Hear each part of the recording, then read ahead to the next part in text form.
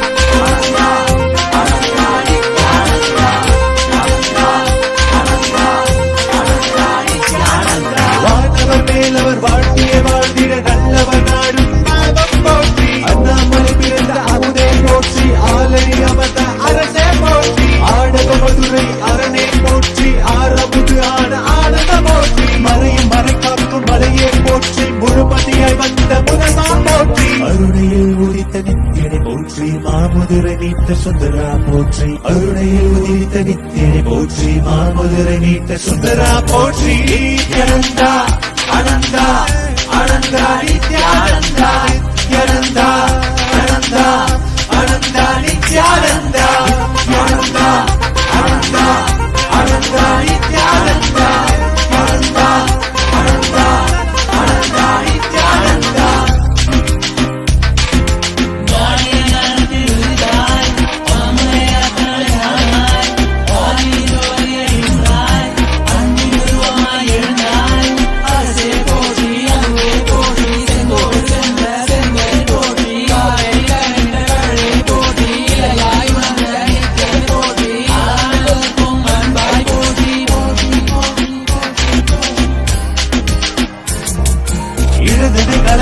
எந்தாய் போற்றி, அருவமை உருவமை ஆனாய் போற்றி, முழுவதும் இருந்த முதல்வா போற்றி, முத்தமிழ் மொழி கண்ட முகிழே போற்றி, அஞ்சல் நெஞ்சிங்கு அருள்வாய் போற்றி, அத்தான் போற்றி ஐயா போற்றி, நாதமனாவிலே நின்றாய் போற்றி, கீதமவாவிலே ஆனாய் போற்றி. நித்யானந்தா அனந்தா நினைத்தால் நெஞ்சில் நிறைவாய், நித்யானந்தா நினைத்தால் நெஞ்சில் நிறைவாய், நஞ்சிய முதாய் நயந்தாய் போற்றி, கனவிலும் அன்பர்க்கு ஆனாய் போற்றி, கலியுகம் காத்த காலமே போற்றி, உணர்வில் ஒன்றான உயிரே போற்றி, உயிர் தாண்டி வந்த துணையே போற்றி, அருமையில் எளிய அழகே போற்றி, கோடியில் என கொண்ட நித்தியனை போற்றி.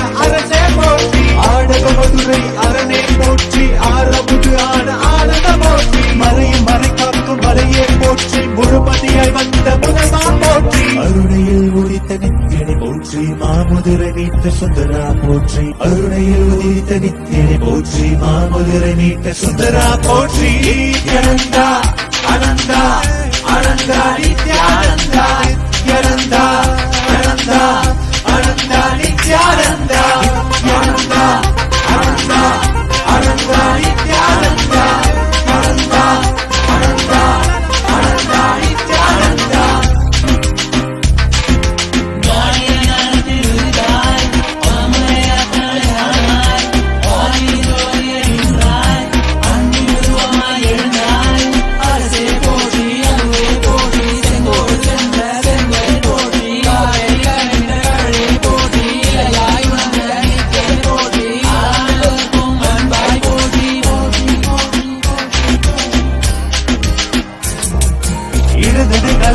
எந்தாய் போற்றி, அருவமை உருவமை ஆனாய் போற்றி, முழுவதும் இருந்த முதல்வா போற்றி, முத்தமிழ் மொழி கண்ட முகிழே போற்றி, அஞ்சல் நெஞ்சிங்கு அருள்வாய் போற்றி, அத்தான் போற்றி ஐயா போற்றி, நாதமனாவிலே நின்றாய் போற்றி, கீதமவாவிலே ஆனாய் போற்றி. நித்யானந்தா அனந்தா நினைத்தால் நெஞ்சில் நிறைவாய், நித்யானந்தா நினைத்தால் நெஞ்சில் நிறைவாய், நஞ்சிய முதாய் நயந்தாய் போற்றி, கனவிலும் அன்பர்க்கு ஆனாய் போற்றி, கலியுகம் காத்த காலமே போற்றி, உணர்வில் ஒன்றான உயிரே போற்றி, உயிர் தாண்டி வந்த துணையே போற்றி, அருமையில் எளிய அழகே போற்றி, கோடியில் என கொண்ட நித்தியனை போற்றி.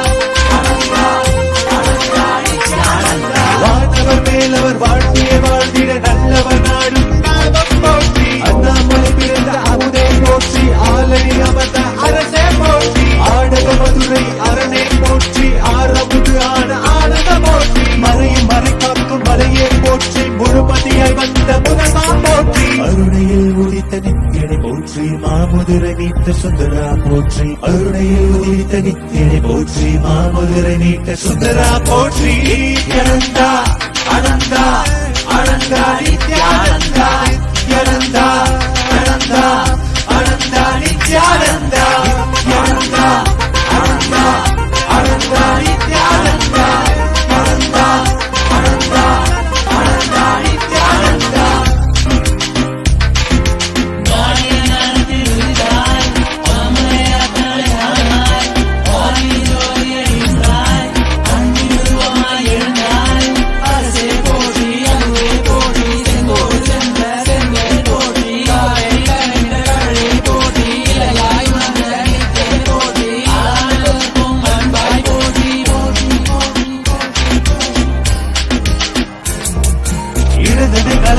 எந்தாய் போற்றி, அருவமை உருவமை ஆனாய் போற்றி. முழுவதும் இறந்த முதல்வா போற்றி, முத்தமிழ் மொழி கண்ட முகிழே போற்றி. அஞ்சல் நெஞ்சிங்கு அருள்வாய் போற்றி, அத்தான் போற்றி ஐயா போற்றி. நாதமனாவிலே நின்றாய் போற்றி, கீதமவாவிலே ஆனாய் போற்றி. நித்யானந்தா அனந்தா நினைத்தால் நெஞ்சில் நிறைவாய். நித்யானந்தா நினைத்தால் நெஞ்சில் நிறைவாய். நஞ்சிய முதாய் நயந்தாய் போற்றி, கனவிலும் அன்பர்க்கு ஆனாய் போற்றி. கலியுகம் காத்த காலமே போற்றி, உணர்வில் ஒன்றான உயிரே போற்றி. உயிர் தாண்டி வந்த துணையே போற்றி, அருமையில் எளிய அழகே போற்றி. கோடியில் என கொண்ட நித்தியனை போற்றி.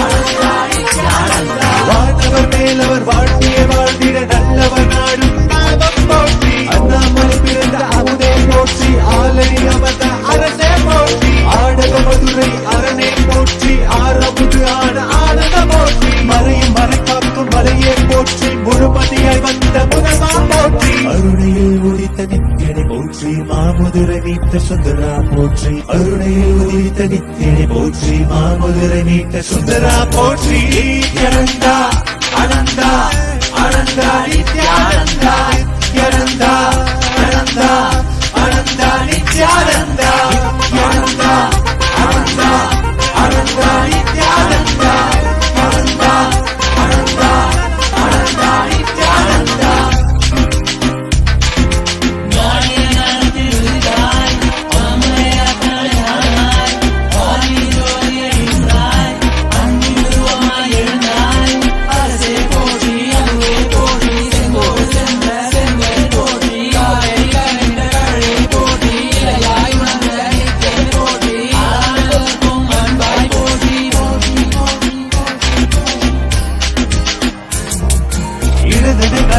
எந்தாய் போற்றி, அருவமை உருவமை ஆனாய் போற்றி. முழுவதும் இறந்த முதல்வா போற்றி, முத்தமிழ் மொழி கண்ட முகிழே போற்றி. அஞ்சல் நெஞ்சிங்கு அருள்வாய் போற்றி, அத்தான் போற்றி ஐயா போற்றி. நாதமனாவிலே நின்றாய் போற்றி, கீதமவாவிலே ஆனாய் போற்றி. நித்யானந்தா அனந்தா நினைத்தால் நெஞ்சில் நிறைவாய். நித்யானந்தா நினைத்தால் நெஞ்சில் நிறைவாய். நஞ்சிய முதாய் நயந்தாய் போற்றி, கனவிலும் அன்பர்க்கு ஆனாய் போற்றி. கலியுகம் காத்த காலமே போற்றி, உணர்வில் ஒன்றான உயிரே போற்றி. உயிர் தாண்டி வந்த துணையே போற்றி, அருமையில் எளிய அழகே போற்றி. கோடியில் என கொண்ட நித்தியனை போற்றி.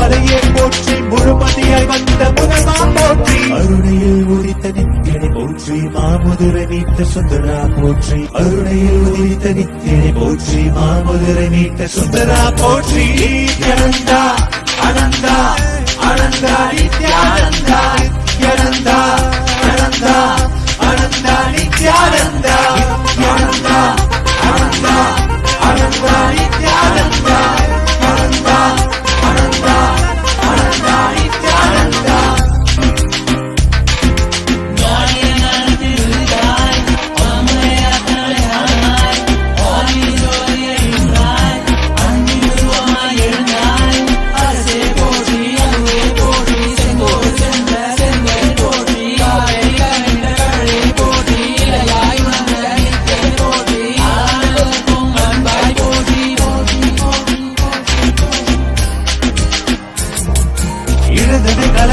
எந்தாய் போற்றி அருவமை உருவமை ஆனாய் போற்றி முழுவதும் இருந்த முதல்வாய் போற்றி முத்தமிழ் மொழி கண்ட முகிழே போற்றி அஞ்சல் என்றிங்கு அருள்வாய் போற்றி அத்தான் போற்றி ஐயா போற்றி நாதமனாவிலே நின்றாய் போற்றி கீதமவாவிலே ஆனாய் போற்றி நித்யானந்தா அனந்தா நினைத்தால் நெஞ்சில் நிறைவாய் நித்யானந்தா நினைத்தால் நெஞ்சில் நிறைவாய் நஞ்சிய முதாய் நயந்தாய் போற்றி கனவிலும் அன்பர்க்கு ஆனாய் போற்றி கலியுகம் காத்த காலமே போற்றி உணர்வில் ஒன்றான உயிரே போற்றி உயிர் தாண்டி வந்த துணையே போற்றி அருமையில் எளிய அழகே போற்றி கோடியில் என கொண்ட நித்தியனை போற்றி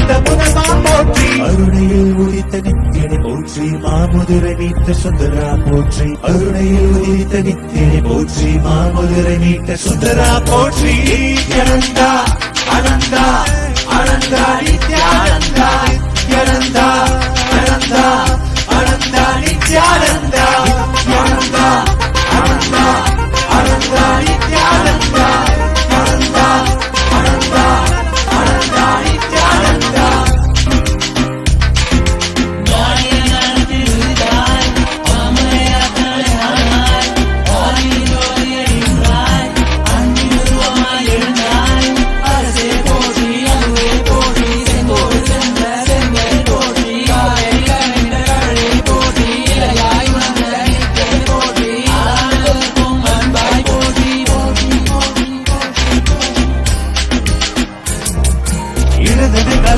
எந்தாய் போற்றி அருவமை உருவமை ஆனாய் போற்றி முழுவதும் இருந்த முதல்வாய் போற்றி முத்தமிழ் மொழி கண்ட முகிழே போற்றி அஞ்சல் என்றிங்கு அருள்வாய் போற்றி அத்தான் போற்றி ஐயா போற்றி நாதமனாவிலே நின்றாய் போற்றி கீதமவாவிலே ஆனாய் போற்றி நித்யானந்தா அனந்தா நினைத்தால் நெஞ்சில் நிறைவாய் நித்யானந்தா நினைத்தால் நெஞ்சில் நிறைவாய் நஞ்சிய முதாய் நயந்தாய் போற்றி கனவிலும் அன்பர்க்கு ஆனாய் போற்றி கலியுகம் காத்த காலமே போற்றி உணர்வில் ஒன்றான உயிரே போற்றி உயிர் தாண்டி வந்த துணையே போற்றி அருமையில் எளிய அழகே போற்றி கோடியில் என கொண்ட நித்தியனை போற்றி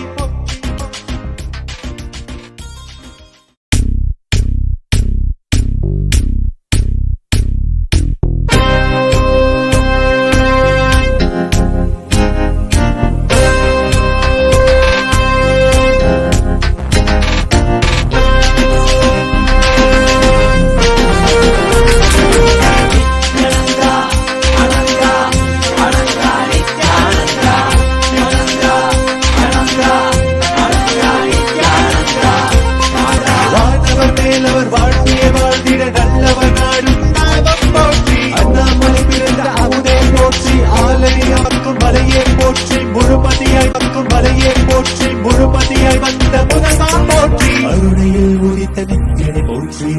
மாமுதிரை நீத்த சுந்தரா போற்றி அருணை ஆனந்தா நித்யானந்தா ஆனந்தா ஆனந்தா நித்யானந்தா நித்யானந்தா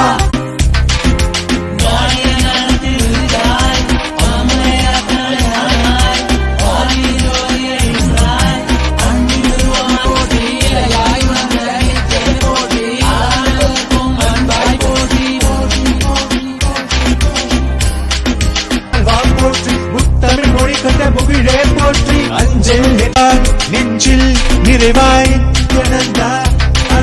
நினைத்தால் நெஞ்சில் நிறைவாய் நஞ்சிய முதல் தாண்டி வந்த துணையே போற்றி அருமையில் எளிய அழகே போற்றி கோடியில் என கொண்ட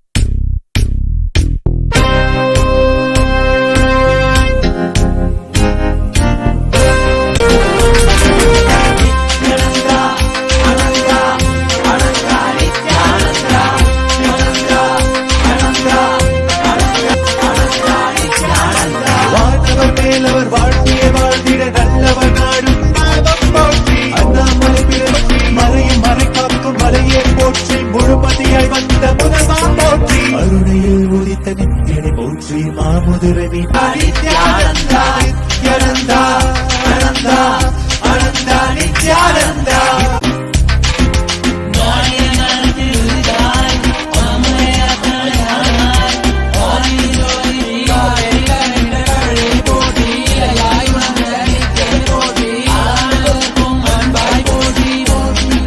இறந்த முதல்வா போற்றி முத்தமிழ் மொழி கண்ட முகிழே போற்றி அஞ்சல் நெஞ்சிங்கு அருள்வாய் போற்றி அத்தான் போற்றி நினைத்தால் நெஞ்சில் நிறைவாய்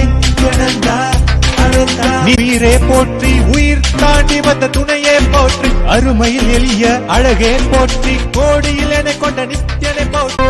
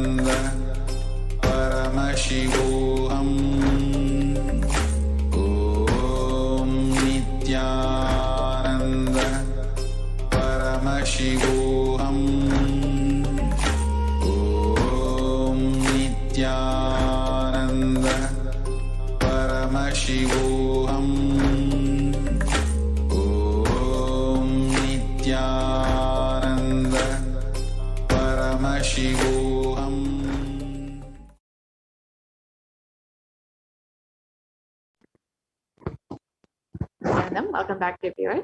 So now let us enter into this next segment and understand who is Devi Parashakti, the divine feminine consciousness.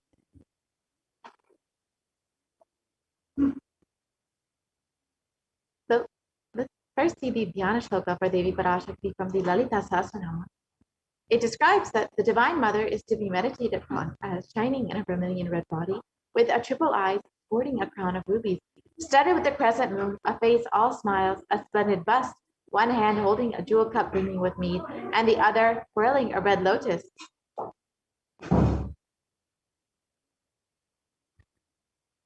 I meditate on the great Empress. She is red in color, and her eyes are full of compassion, and holds the noose, the goad, the bow, and the flowery arrow in her hand. She is surrounded on all sides by powers such as Anima, and she is itself within me.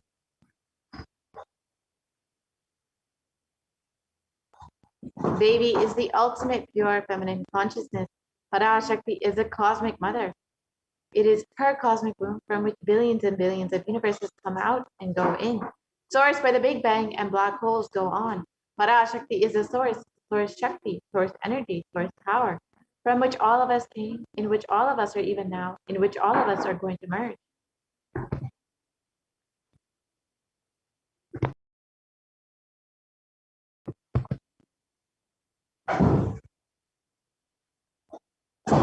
Out of her extreme love and compassion, Parashakti herself is manifesting through the embodied form as the Nijavatara of the Supreme Pontiff of Hinduism, gracing us, answering all of our questions, attending to our prayers, giving boons, healing us, revealing our past, present, and future, delivering profound spiritual truths, and ultimately giving us the experience of Paramashivam itself.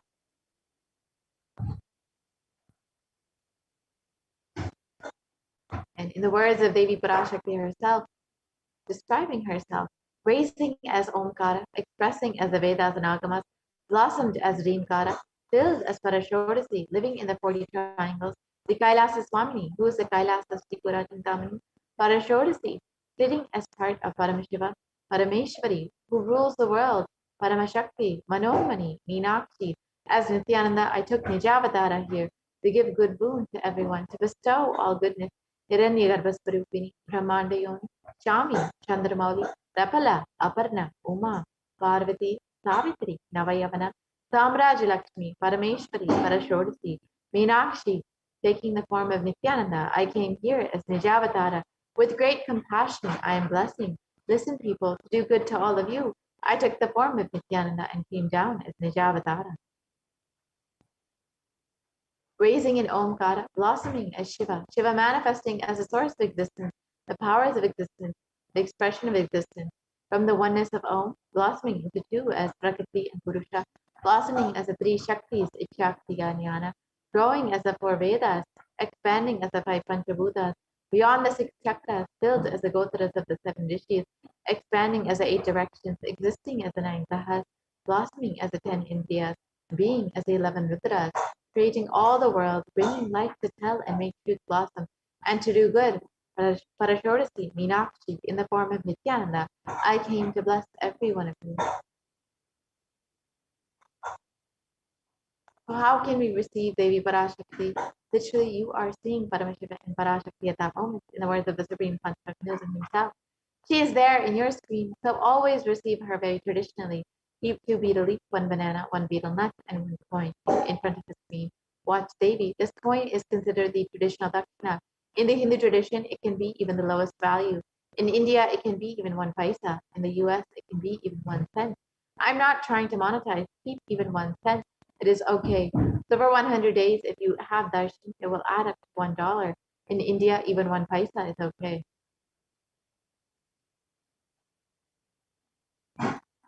Offer that to Devi after the darshan is over. Do namaskar and eat the banana, the betel leaf, and betel nut.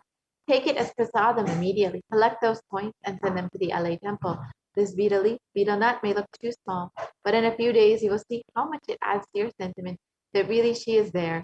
You will not take the Devi darshan for granted. Rituals will break your monotonous unconscious mentality and lifestyle and remind you and raise you to the powerful cognition. It will break your unconscious behavior.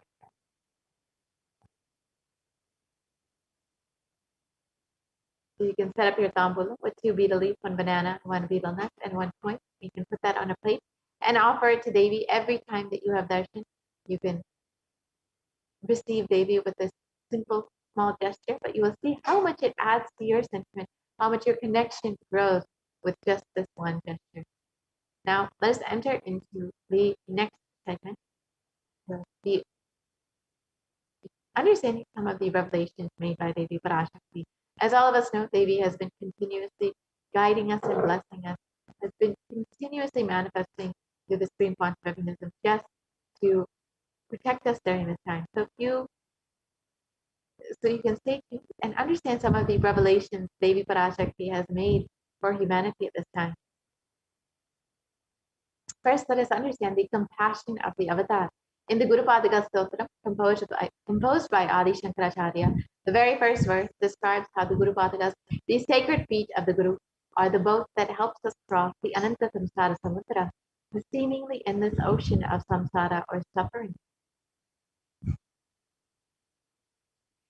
In this verse, it describes salutations to the sandals of my Guru, which are a boat which help me cross the endless ocean of life, which endow me with a sense of devotion to my Guru, and by worship of which I attain the dominion of renunciation.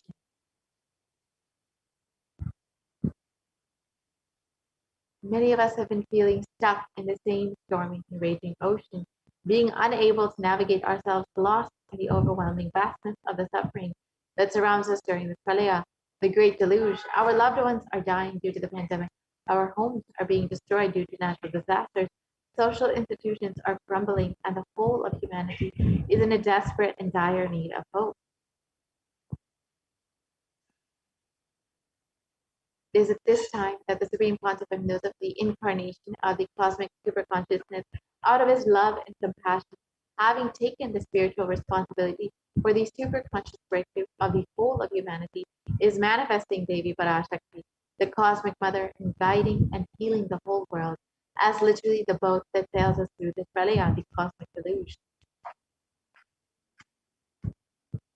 Devi Parashakti has herself manifesting through the Nijavatara and answering each of our prayers, granting boons, healing us, manifesting miracles, removing all of our pain and suffering. And Devi has not just attended to us individually, but also as a humanity at large.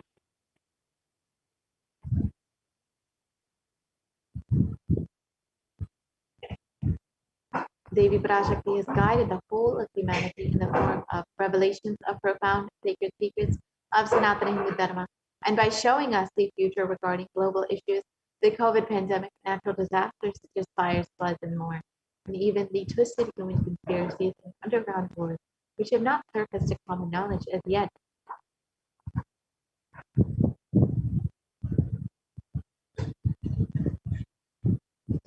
In this segment, we will be elaborating on the statistical, scientific, and scriptural references of each sacred revelation, which is manifested precisely as the same guidance emerged from Devi Parashakti, for us to imbibe deeply and to start following as Devi Parashakti continues to protect us until the storm ends and we are safely harbored at the shores of our consciousness.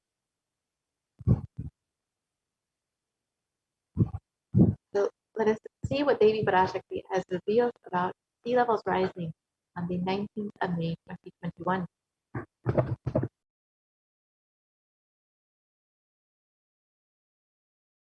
Andreas கல் மூன்றாம் உலகப் போரிலிருந்து தப்பிக்க எந்நாடு பாதுகாப்பென்று கேட்கின்றாய், கேட்டுக்கொள் சொல்வதை எல்லாம். மத்திய கிழக்கிலே போர், இந்தியாவில் corona கொடுந்தொற்று மற்றும் கடல் உயர் எழும்பல் எனும் மூன்றில் இருந்தும் காவல் கைலாசம் ஒன்றே.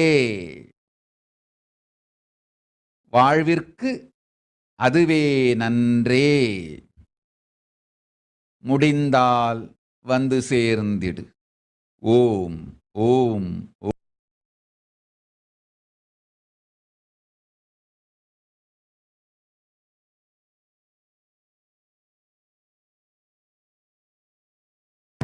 Let us see the translation of Devi Parashakti's revelation. Devi revealed, you are asking which country is safe to escape from the Third World War. Listen to everything which is said. War in the Middle East, deadly corona in India, and rising sea levels. Protection from all these three is one and only Kailasa. Only it is good for life, if possible, come and reach. Om, Om, Om. On the 19th of May 2021, while answering the prayer of one of the devotees, Devi Parashakti, manifesting through the Supreme Pontiff of Hinduism, warned about the sea levels rising and the cascading effects of the climate change crisis on humanity. Exactly as Devi revealed, the very next day, on the 20th of May 2021, the biggest iceberg broke, which was 70 times the size of Manhattan, posing a huge threat to humanity and causing sea levels to rise. Let us now see the scientific articles about sea levels rising as per Devi Parashakti's revelation. So on the 20th of May 2021, it was reported that the world's largest iceberg broke off an Antarctic ice shelf. This was exactly one day after Devi Parashakti revealed about sea levels rising. So just as Devi revealed, reality has manifested. So let us understand a little bit more about sea levels rising according to modern science. It's estimated that even under the most modest scenarios, scientists expect that sea levels rise to affect the Earth's coastline significantly in the coming years. And in this graph, we can see that even if CO2 emissions are curved to complete zero by the year 2100, we will still see sea levels rising in the coming centuries. However, if CO2 emissions continue at the high rate that they are right now, we will see that sea levels will rise up to 5 meters or more. And this will significantly affect many communities around the globe.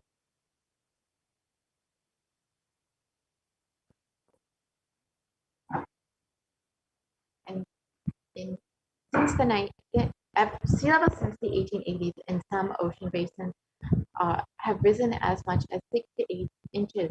That's 15 to 20 centimeters since the start of satellite records in 1993. And NASA has reported that sea levels will rise up to 1 to 8 feet by 2100.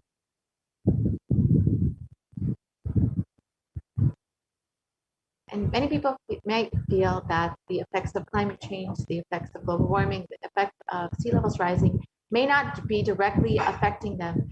But in the United States alone, almost 40% of the population lives in relatively high population density coastal areas. And globally, 8 of the world's 10 largest cities are near a coast, according to the UN Atlas of the Ocean. So all of these communities will be directly facing the effects of sea levels rising and the damaging effects of the coastline rising. And it is not just these communities that are living directly on the coast, although many, many communities in the United States and across the globe are living near coastline, but even communities that are living more inland will be experiencing these effects.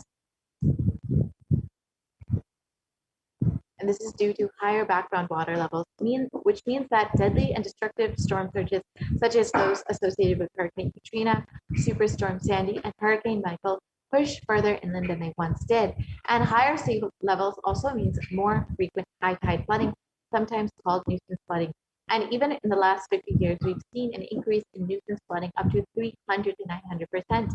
And you can see how more and more communities that are living inland will be affected as these sea levels continue to rise. And this is due to destructive storm surges and high tide flooding. Let us understand a little bit about why sea levels are rising and what is the cause of sea levels rising. As many of us have heard, global warming is the primary cause for sea levels to rise, and this is happening in 2 ways. First is that glaciers and ice sheets worldwide are melting and adding water to the ocean. Second, the volume of the ocean is expanding as the water warms. And a third, but much smaller contributor to sea levels rising is that the amount of liquid water on land in aquifers, lakes, reservoirs, rivers, soil moisture is shifting from the land to water. So this shift of liquid water from land to ocean is largely due to groundwater pumping. So again, due to human activity. You can see here an example of the effects of global warming and climate change crisis. You can see the Feddersen Glacier on the left, which is a fully formed glacier in 1917. And by 2005, this glacier has almost completely melted, such that it almost looks like it is grassland now. And this is in less than 100 years. So in one lifetime of a human being, we are seeing this drastic of an effect on the glaciers and ice sheets melting. And unfortunately, the rate of the ice melting, glaciers melting, has not been slowing down. The pace of global sea levels rising has more than doubled from 1.4 millimeters per year throughout most of the 20th century to 3.6 millimeters per year from 2006 to 2015. And so while in most of the 20th century it was stabilized, in the last 2 decades it has drastically increased, doubled in fact, and is not showing any signs of coming down. And the Greenland ice loss has also drastically increased in the last few decades. We've seen that between 1992 and 2001, Greenland ice loss was between 34 billion tons per year, but it has increased drastically in between 2012 and 2016. It has increased to 247 billion tons per year. So in in just a little over a decade, we've seen an increase of 8 times the amount of ice loss. So we can see that due to human activity, industrial activity, the effects of global warming are only increasing. The damage to our ecosystem, our environment, is only increasing.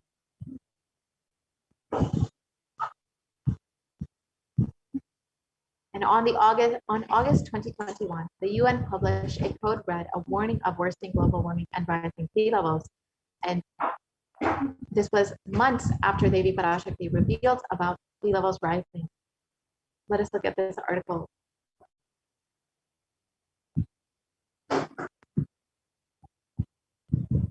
In this article published by the Associated Press, it reports that some harm from climate change, dwindling ice sheets, rising sea levels, and changes in the oceans as they lose oxygen and become more acidic is irreversible for centuries to millennia.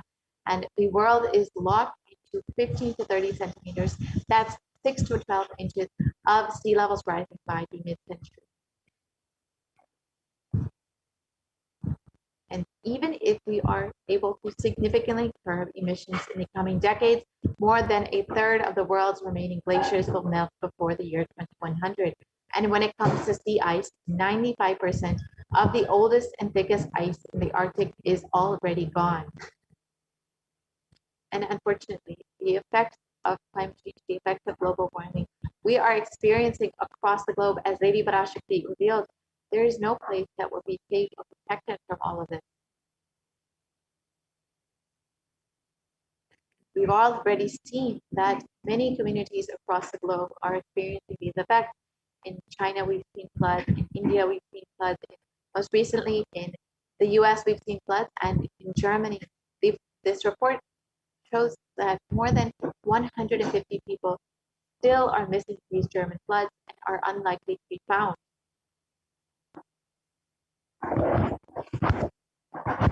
And in Science, it was reported that Europe's deadly floods have left even scientists stunned.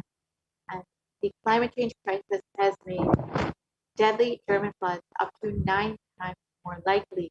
So we are already seeing the effects of this climate change crisis and how much it is directly affecting our day-to-day reality. As Devi revealed, there is no place that will be safe from all of this. So unfortunately, modern science does not have a way to reverse the damage that we've already done to Mother Earth, what we've already done to Bhumata. It is only Hinduism that provides a solution. It's through non-violence, through the experience of oneness, that we can actually heal Bhumata, that we can heal the Mother Earth and reverse the damage that we've done. So let us listen to the revelations of the Supreme Pontiff of Hinduism about how Bhumata actually responds to you when you relate with her.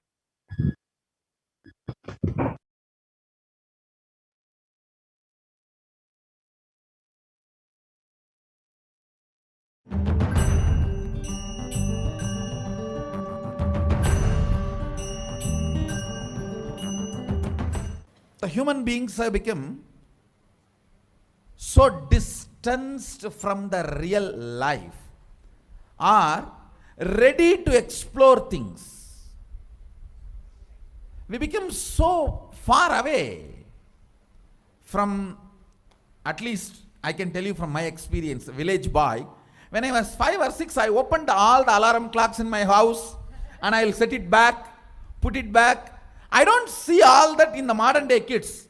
It's all about that stupid cell phone. Involvement with the reality has drastically reduced. Our whole life is nothing but the screen.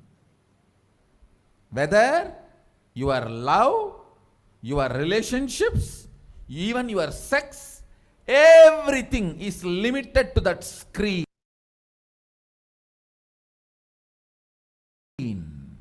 Am I right? Almost. No, almost. Everything has been reduced to that screen. Involvement with the reality has drastically come down. It is so unfortunate, especially the food, the plastic food dumped into your system. See, all the things which you eat, none of them have life. They are all not grown from life. My guru used to tell, please walk without chappal or covering your feet. Whatever grows in that land, eat, because Mother Earth records when you walk without shoes what all the ingredients are missing in your body. She records what you need for your body, nutrients or vitamins, whatever. Whatever is missing in your body, she produces in that food which grows in that land.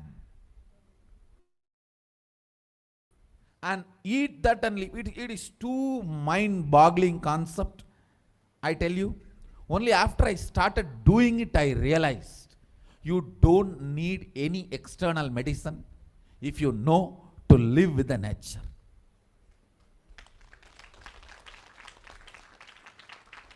Mother Earth, Bhumata, walk on the earth without shoes. In that land, what grows will supply exactly what you need for your body.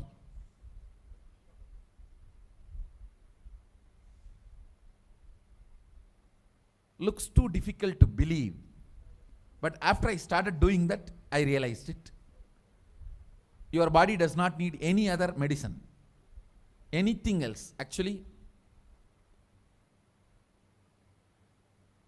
maybe 2 years before, due to this continuous classes, day and night, and in the night time, the web-based programs for the outside India, all these, my whole eating habits have gone chaos, and no question of rest. It became like a too much on the system. So I had some stomach issues. I remembered my guru telling this, walk on the earth and what grows eat. So I started walking without chappal for a few days. Suddenly I saw in my courtyard a new plant coming up. No seed, nothing, just coming up. I was wondering what is going on. How come suddenly, between the rocks, actually, between the rocks, new plant coming up. And one of the devotee Ayurvedic doctor, he said, Swamiji, if you can get this plant and add it in your food, your stomach will be completely healed. I said, where to get? When he walked into the courtyard, he said, this is the plant. This is the plant. Throughout the campus we searched, we did not find another one. Nobody knows from where the seed has come, from where the plant has come. Understand, it is not that just for me miraculously nature is doing. It is the nature's life. I was ready to play with it, so she showed the miracles to me. Anybody willing to play with her, she shows her miracles to you. Nature is miraculous. If we are ready to play, she shows it. She demonstrates her love, her care. If we go back to the food with life, our life also will start more interacting, more alive, more vibrant, more overflowing.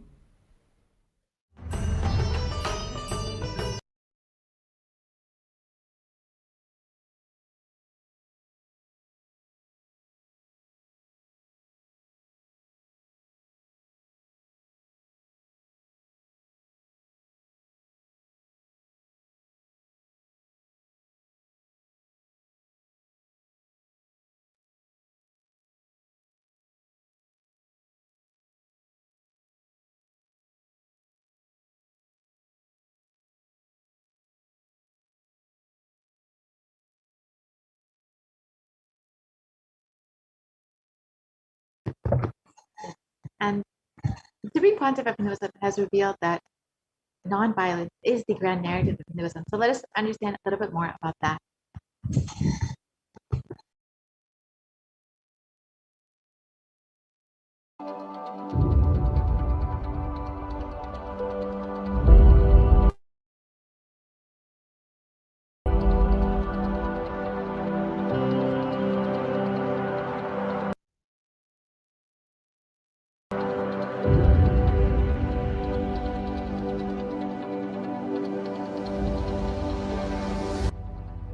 We often believe that exacting revenge is a form of emotional release and that getting retribution will help us feel better. Especially this modern day cinema, entertainment industry cult brainwashes you the act of revenge as a way of gaining closure after a wrong is done. No! I tell you the truth, revenge has the opposite effect. Revenge is like a korangu sorinjikra mari, ari padangadu.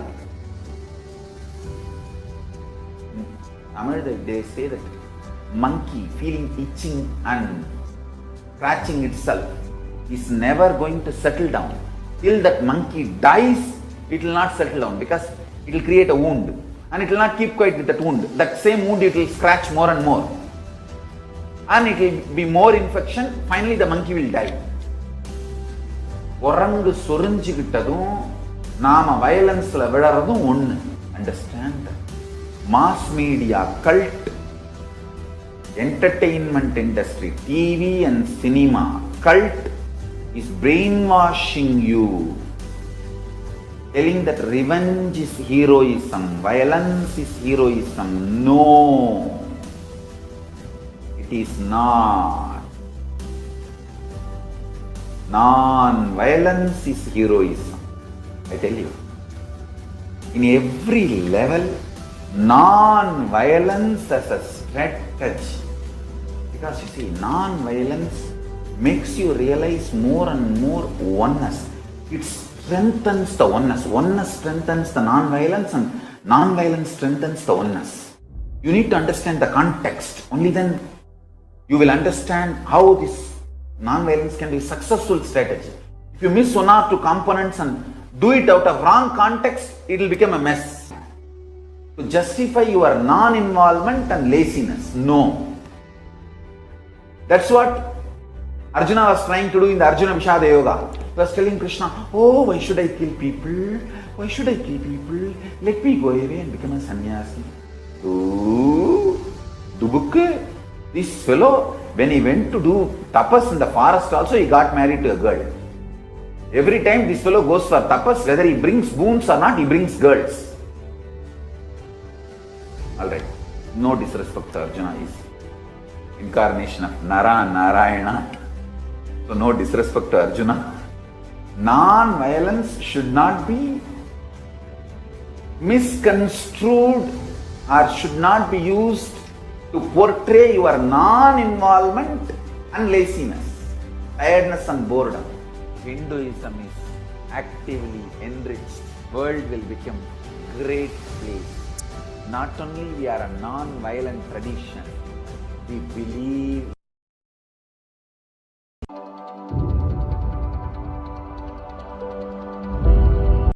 Ahimsa is the highest value as per Hinduism.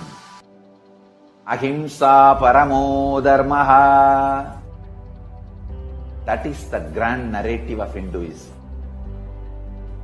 Non-violence is the grand narrative of Hinduism. We need to tell that grand narrative to the whole world. Actively. Actively we need to tell that grand narrative to the whole world. Ahimsa paramo dharmaha. Tyaga. Non-violence. Unclutching. All these are not inactive, tamasic, inertia, lazy, tired, bored, withdrawn lifestyle.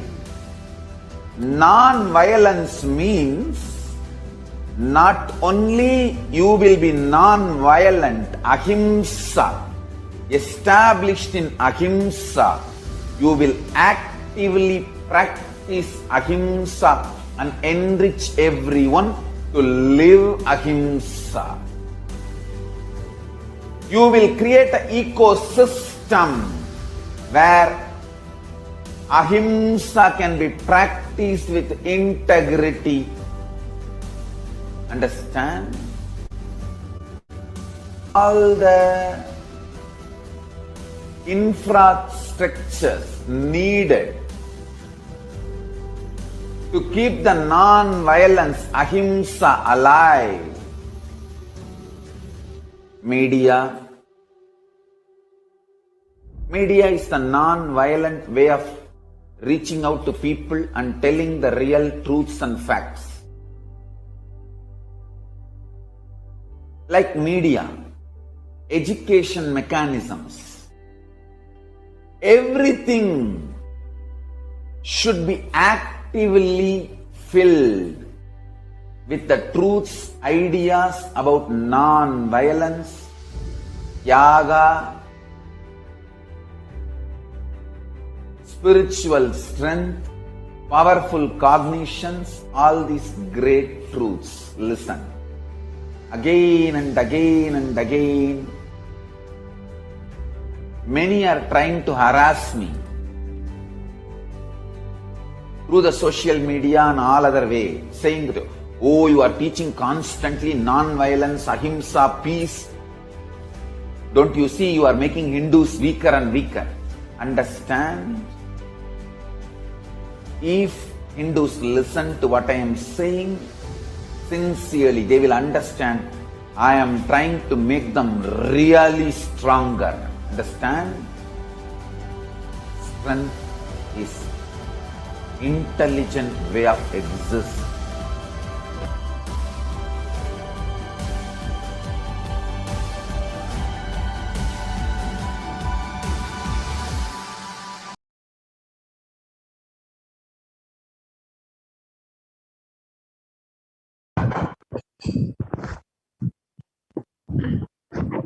Now that we've understood what Devi Parashakti has revealed about Sita's rising, and that only Hinduism provides a solution for the effects of this climate change crisis and the effects of global warming and sea levels rising, you can learn more about the teachings of Hinduism from Supreme Pontiff of Hinduism himself, and you can sign up to be an e-citizen of Kailasa, avail all the benefits of Kailasa, of being an e-citizen of Kailasa, and all the teachings of the Supreme Pontiff of Hinduism. You can learn more about the initiatives of the Supreme Pontiff of Hinduism and how Supreme Pontiff of Hinduism is working to combat climate change through Sri Kailasa Uniting Nations and other initiatives.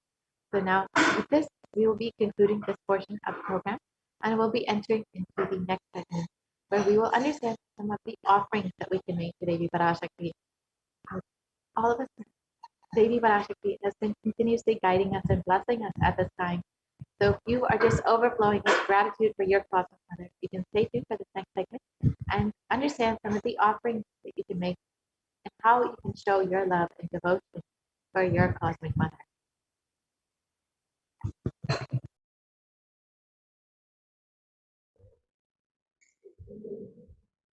Nityananda, and welcome back to this segment where we'll be learning more about the various traditional offerings to Devi Parashakti.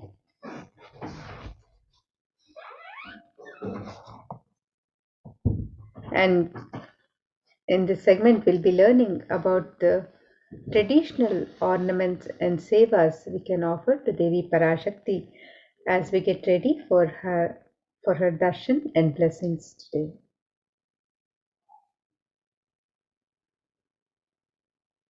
In the Hindu tradition, the custom of offering gifts to the divine offering our token of gratitude to the divine when we receive the darshan of the divine, when we visit a temple, or when we receive the darshan of Guru. It is the custom and tradition to not go empty-handed, but to offer a token of our love and devotion at the feet of the divine. And these offerings are a pure gift of love, devotion, and oneness for the divine.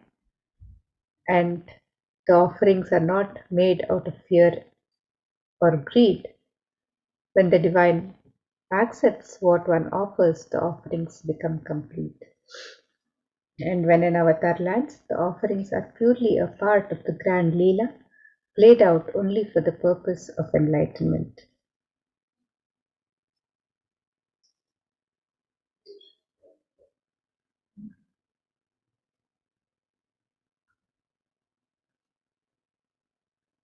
So now, as we get ready to receive the darshan and blessings of Devi Parashakti, let us look at this verse, the Dhyana Shloka on Devi Parashakti.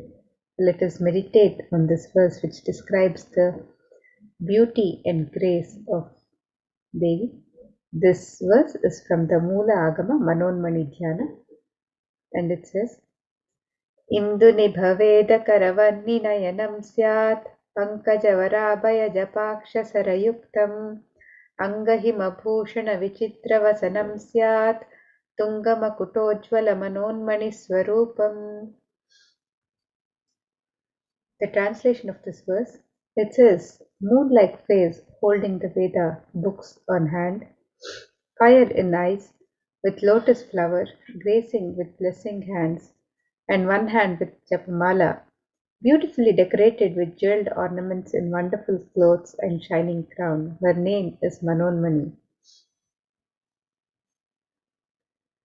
And the next Dhyana Shloka on Devi Parashakti describes, Dhyayet Devim Trinetram Shashinibhavadanaam Vedahastam Dadhanam Savye Padmam Varadamapare Chabhayam Chakshamalam Divyair Abharanair Vibhushitatanum Brahmadhivippujitam Devi Meva Manonmanim Pratidinam Kamarthadatrim Shubham.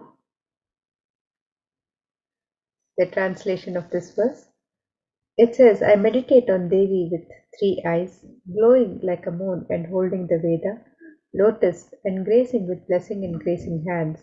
She is wearing beautiful ornaments. She is worshipped by Brahma and other many gods and showers auspicious boons for all actions every day.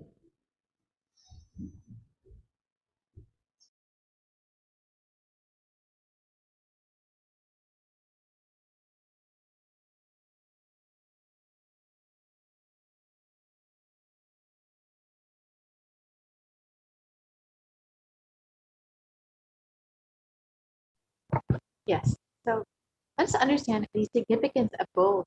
As we'll be seeing, a lot of these offerings will be made in gold. In the Atharva Veda, it is described the origins of gold. It states that triply born by birth is this gold from the atoms of Agni is one. It becomes dearest to Agni. One fell away from the Soma when it was heard, and one they call the seed of virtuous and powerful Apaha. Let that triple gold be for your long life. Gold is divine element. It purifies anything that it touches. It is an element of great spiritual significance and healing and enlightened power.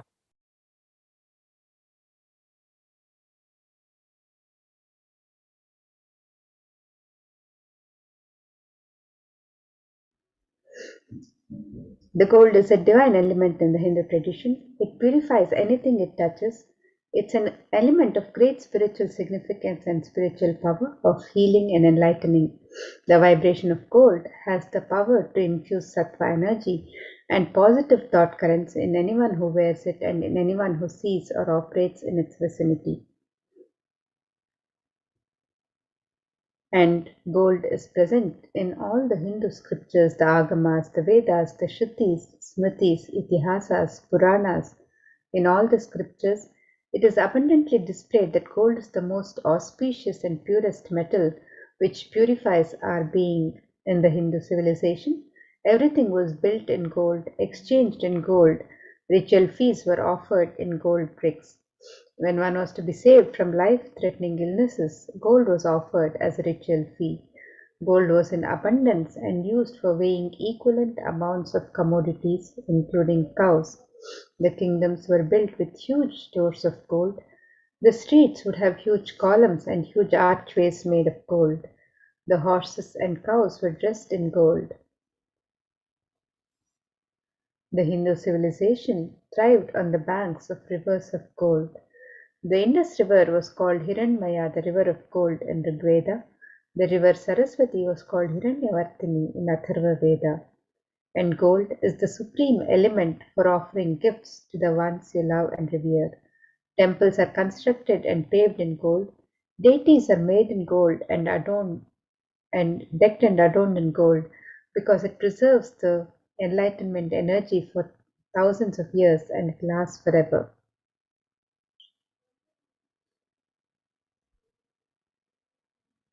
So we have the traditional offerings that we can offer to Devi Parashakti today.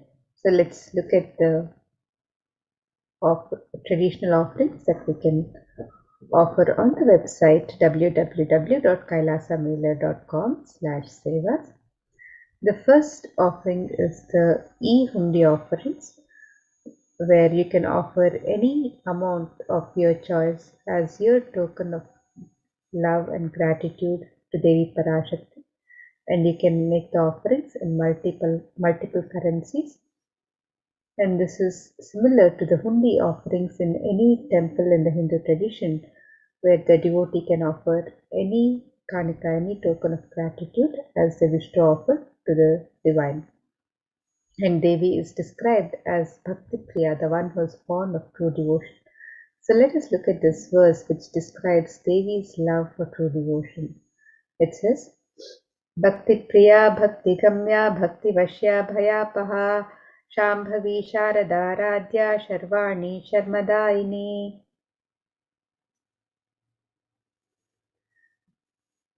And the translation of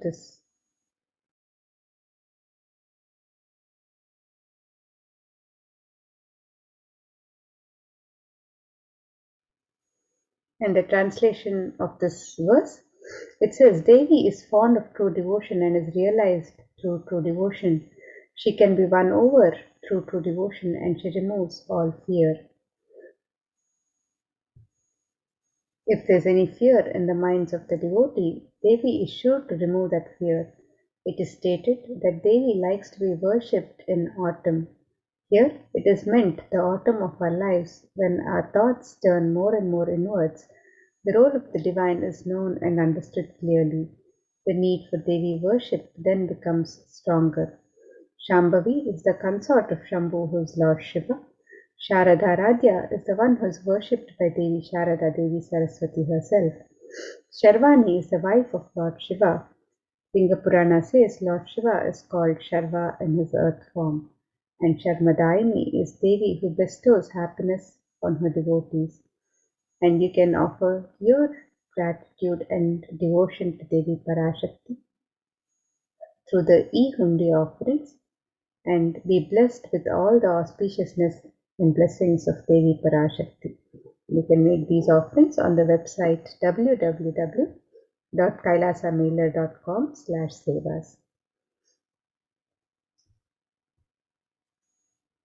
The next offering to Devi Parashakti is the offering of the Sankalpa chanting.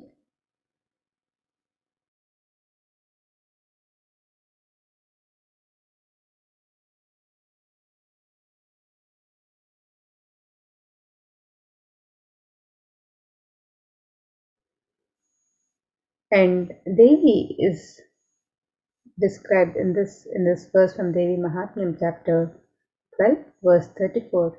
It is described, Tayaitan mohyate vishwam chaiva vishwam prasuyate saya chittaja vijanam tushtarutim prayaschati. The translation of this verse, it says, the goddess enchants this universe and she herself gives birth to this universe. That goddess, being prayed without interest in anything, gives that knowledge that leads to salvation and gives wealth in the materialistic sense.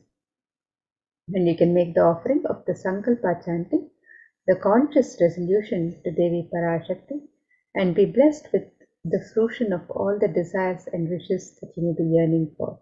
So you can make this offering of the Sankalpa chanting on the website www.kailasamailer.com/sevas.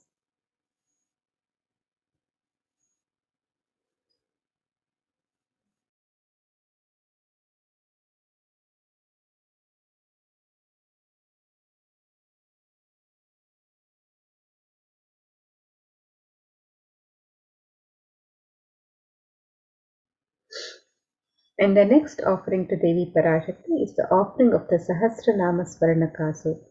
And this is the offering of the pure gold coin, each coin inscribed with one of the 1008 sacred names of Devi Parashakti. And Devi is described as Nama Parayana Prita, she who likes the repetition of her various names. And this offering of the Sahasranama Swarnakasu, where each gold coin is inscribed with one of the 1008 sacred names of Devi Parashakti. This is a very special and unique archana offered to the Mahameru of Devi Parashakti. And you can register for this offering of the Sahasranama Swarnakasu in 3 different denominations and any number of coins as you wish to offer.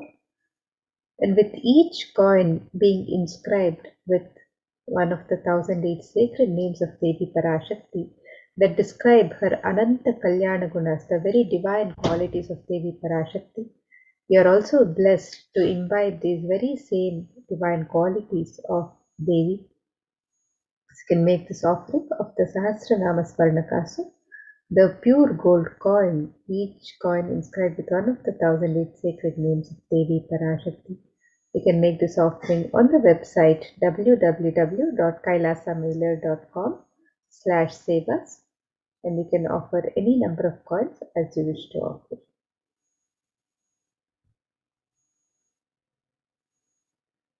The next offering to Devi Parashakti is the offering of the Mukta Anguti, which is the gold finger ring embedded with pearl. And Devi is described as the one who is adorned with garlands of pearls and jewels. Let us look at this verse which describes the beauty of Devi Parashakti decked with pearls and gems. And this verse describes Muktahara-lasat-kirita-ruchiram purnendu-vaktra-prabham Shinjannupura-kinkini-manidharam padma-prabha-basuram Sarvabhita-palapradam girisutam vani-rama-sevitam Meenakshim pranatosmi santatamaham karunyavaram nidhim. The translation of this verse, it says, I bow to the goddess Meenakshi, whose crown has garlands of pearls and the face shining like a full moon, who wears anklets that are studded with gemstones and has small bells, who is shining like the splendor of the lotus, who grants all the wishes, the daughter of the mountain, who is worshipped by goddesses Vani and Rama. I remain ever bowing to the goddess Meenakshi, the ocean of compassion. And you can make this offering of the Mukta Anguti, the gold finger ring embedded with pearl, to Devi Parashakti, and be showered by her pure love and compassion in all of your business endeavors. You can make this offering of the Mukta Anguti in 3 different sizes, and you can register on the website www.kailasamailer.com/sevas.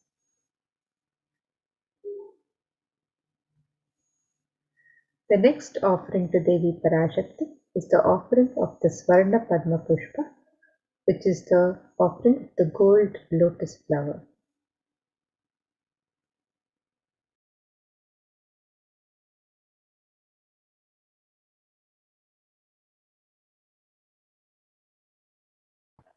Yes. The next offering that we have is Swarna Padma Pushpa, the golden lotus. So in the Kamika, it states that all the kalashas should be wound around with suitable thread and covered with the new cloth. They should be adorned with a lotus flower in the bowl.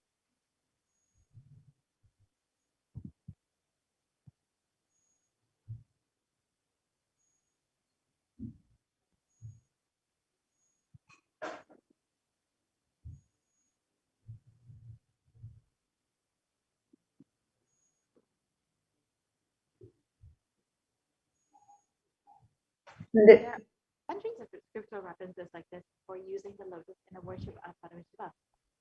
Almost everything in the worship of the ultimate involves the consecration of deities of worship or meditating on the deities of worship using the lotus flower, lotus leaf, lotus berry sap, or lotus petals. The lotus is a divine flower. The Shakti of Paramashiva is called the lotus. The base of the Paramashiva linga is the lotus, and the disciple of Paramashiva is also considered as a lotus, ready to bloom.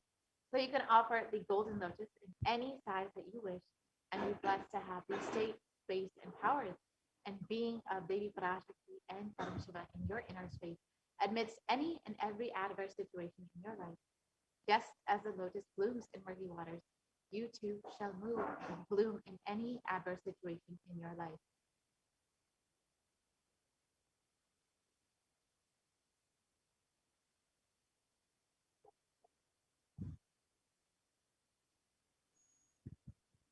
And the next offering to Devi Parashakti is the offering of the Swarnamati, which is the gold touring.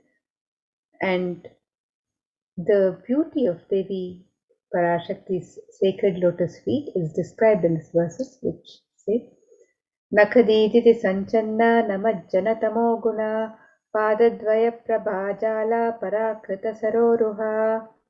The translation of this verse, it says, You whose brightness from the toenails destroy the darkness of ignorance from the minds of your devotees who prostrate at your feet, you whose brightness from your 2 feet overpowers that of the lotus flower too. And you can offer the Swarnamatti, the gold touring to Devi Parashakti, to adorn her sacred lotus feet and be in constant gratitude for receiving her blessings in even the most difficult aspects of life.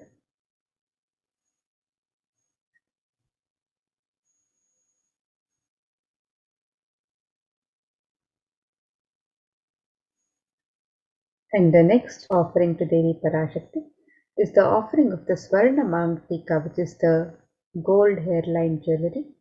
Devi is described as Sudha Sharabhi Vashini, she who makes the nectar flow in all our nerves from the Sahasrara chakra, she who gives the very pleasant experience of the ultimate.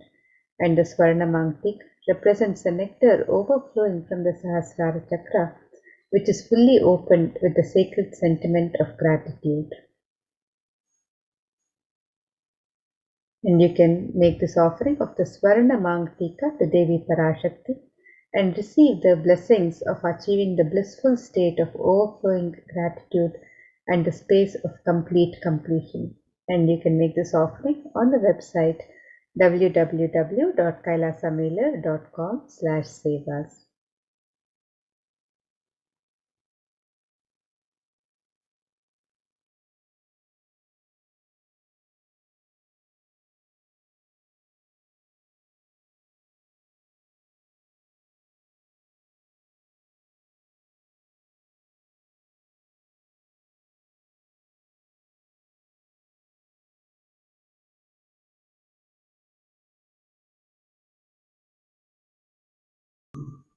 And the next offering to Devi Parashakti is the offering of the Pratyaksha Pada Puja, which is the sacred ritualistic offering of gratitude from disciple to Guru. And the verses from Saundarya Lahari describe that the illumining splendor of Devi's toenails dispel the darkness of ignorance in the devotees prostrating at her feet. Her feet defeat the lotus in beauty. The verse further states that the toenails, which have been sharpened by constantly being touched by the crowns of celestial beings who always prostrate before Devi, and Tamoguna, which is the darkness indicative of the ignorance in the minds of the devotees, This ignorance is removed by constantly prostrating before Devi Parashakti, and they attain the supreme knowledge. So you can offer the Pratyaksha Pada Puja, the sacred lotus feet of Guru, and be blessed with all the auspiciousness and blessings of Devi Parashakti and the Supreme Pontiff of Hinduism, Jagadguru Mahasannidhanam, His Divine Holiness, Bhagavan Nityananda Paramashivam, who is the Nijavatara of Devi Parashakti herself. So you can make this offering on the website www.kailasamailer.com/sevas.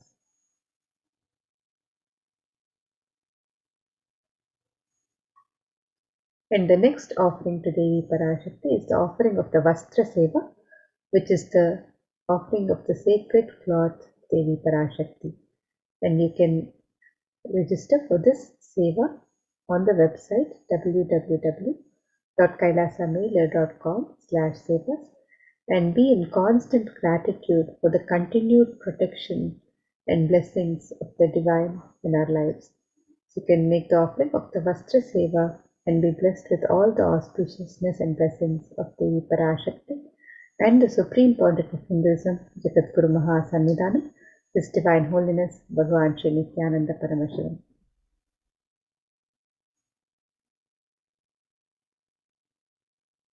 So here we have a summary of the various offerings that you can offer to Devi Parashakti today as your token of gratitude, love and devotion, as an expression of your sacred sentiments to Devi Parashakti as you get ready to receive her darshan and blessings and celebrate her happening in your life.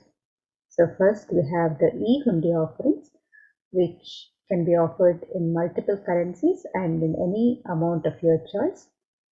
Next, you can also offer the Sankalpa chanting, the offering of the conscious resolution. You can register for this offering on the website www.kailasamailer.com/sevas. The next offering is the offering of the Devi Sahasranama Swarnakasu, which is the offering of the pure gold coin, each coin inscribed with one of the 1008 sacred names of Devi Parashakti. And you can make this offering in 3 different denominations and any number of coins as you wish to offer.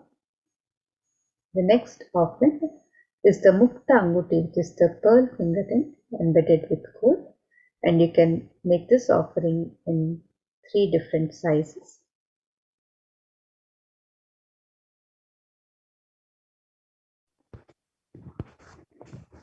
So now we can actually visit kailasamailer.com/sevas and we can go through how to make your offering now.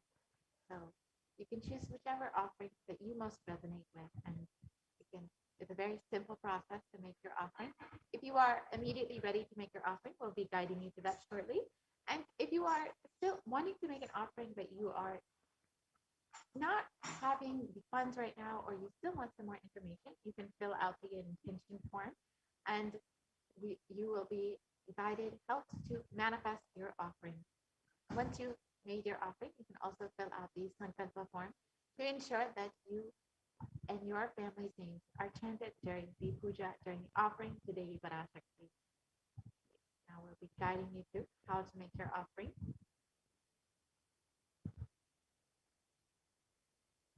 So if you would like some help, and we can guide you through how to do this. So if you would like to make the e-hundi offerings, you can make the e-hundi offerings in multiple currencies: the US dollar, the Australian dollar, the New Zealand dollar, the Canadian dollar, the euro, the Indian rupees, the Singaporean dollar, the Malaysian ringgit, the Great Britain pound, and the Chinese yen. And you can make this offering in any amount of your choice. And if you would like to make a traditional offering of ornaments or sevas to Devi Parashakti today, you can register for these offerings on the website and you can choose the offerings that you would like to offer. You can register for the Sankalpa chanting, which is the conscious resolution, The Devi Sahasranama Swarnakasu, which is the pure gold coin, each coin inscribed with one of the 1008 sacred names of Devi Parashakti. You can make this offering in 3 different denominations and any number of coins. The Mukta Anguti, which is the gold finger ring embedded with pearl, you can register for this offering in 3 different sizes. The Swarna Padma Pushpa, which is the gold lotus flower, you can make this offering in 3 different sizes. The Swarna Metti, which is the gold toe ring to adorn the sacred lotus feet of Devi Parashakti. You can register for this offering on the website. The Swarna Mangtika, which is the gold hairline jewelry representing the nectar of gratitude overflowing from the Sahasrara Chakra. You can register for this offering on the website.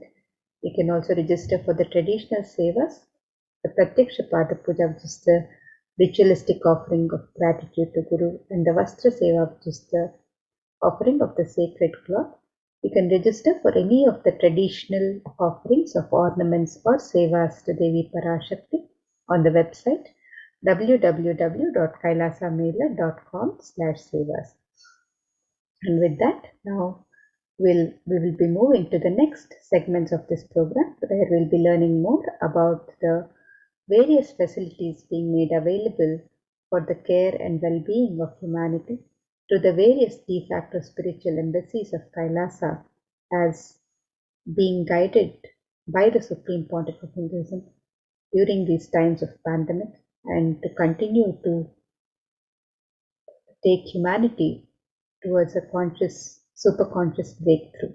So let us learn more about these various facilities being made available for humanity, and let us get ready to receive the darshan and blessings of Devi Parashakti. We'll be back right with you after a very short break. Please stay tuned.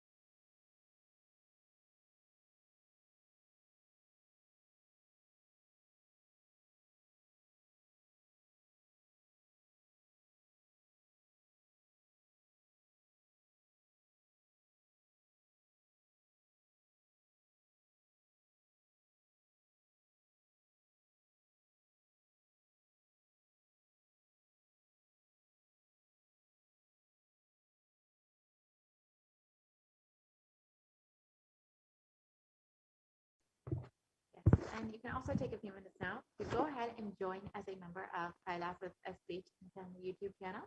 This is a very simple process. You can go to the YouTube channel and you'll see a join button next to the subscribe button. So you can go ahead and click on that, and you can choose whichever level of e-Kailasan you would like to be, whether bronze, silver, gold, premium, or platinum. You can choose whichever one suits you best, and you will have access to exclusive content as well as the opportunity to ask your questions live during the Parashakti Akashic readings and during the satsangs. Paramashivam Om Nityananda. We get you health. We get you ability to build beautiful relationships in your life. We get you direct spiritual support, and we make sure you become wealthy.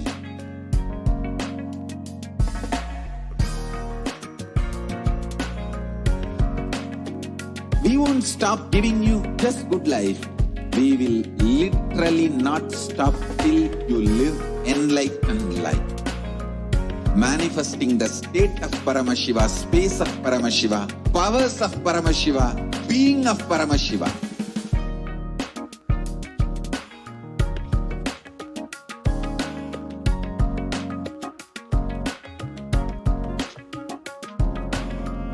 Whole world should become e-Kailasians. I want the whole world to know Hindus have something great to contribute to the world.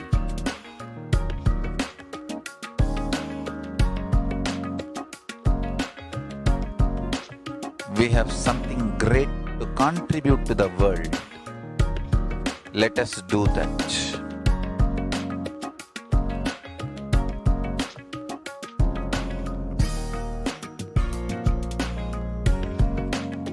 Kailasa is proper customized spiritual service helping you to identify your root patterns of suffering.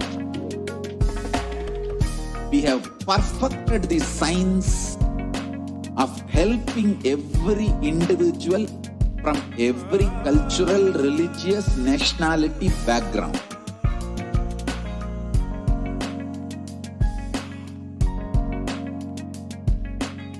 You will have lowest reactionary assumptions, highest awakened response, alive response for life continuously.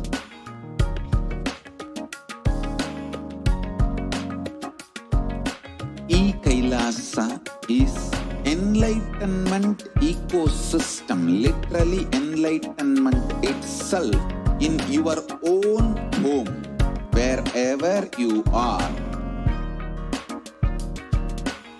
Proper customized spiritual service helping you to complete with your life negativity, withdrawal from life, self-hatred, self-denial, self-doubt, so much of tiredness, laziness. We can support you aligning your diet, your attitude, your aptitude, your understanding about life. We can help you with everything.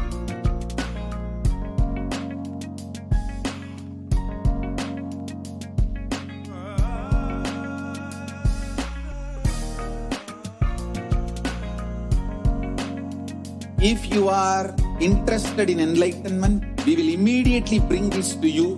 If you are not interested, we will explain the whole science, inspire you and make you interested in enlightenment science. We need to cater this enlightenment science to the whole world wherever they are, because enlightenment is the birthright of all human beings. Kailasa is responsible to provide that to all human beings.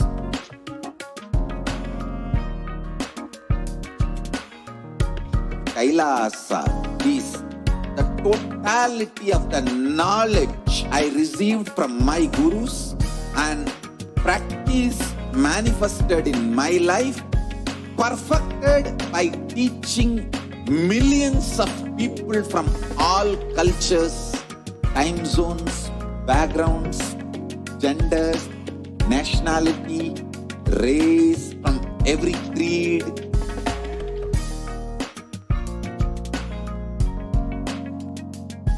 So this absolutely perfected knowledge available to you, served to you in your home without even you moving out of your couch, free of cost.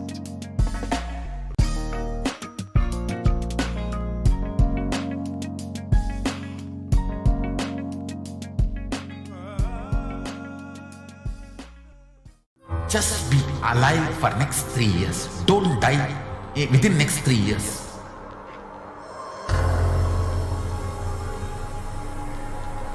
Just don't die within next 3 years.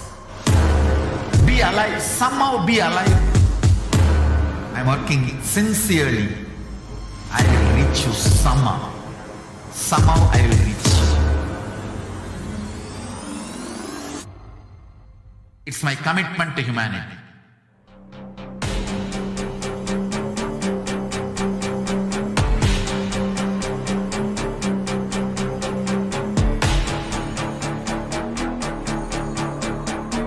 Just don't die within next 3 years. I will reach you wherever you are, whichever corner of the world you may be. I will reach you with enlightenment. You manifesting the space, state, powers, being Paramashivam. It is possible, and it is possible for you.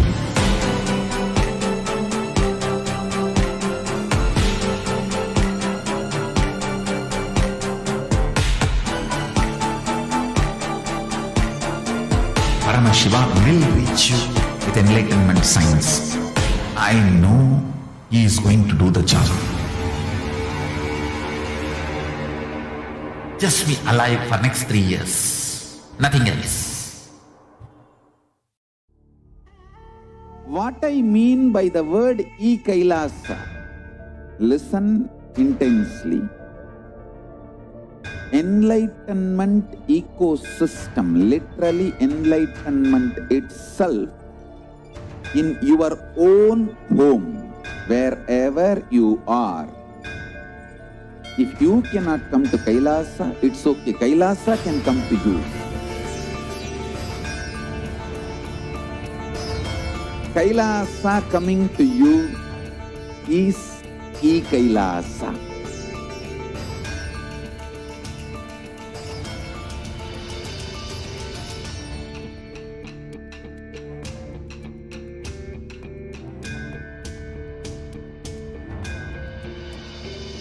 I will revive Hinduism.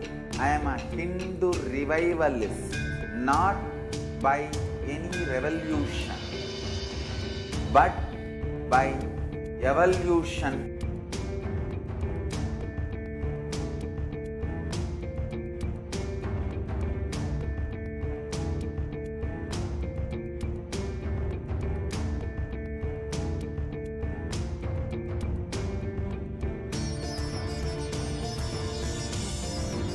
And setting model communities.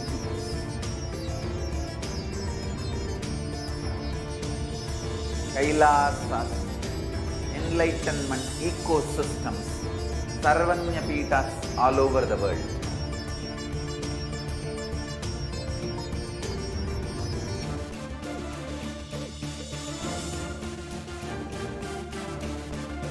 All powerful cognition, knowledge, only when you live, power manifestation and possibilities manifestation happens.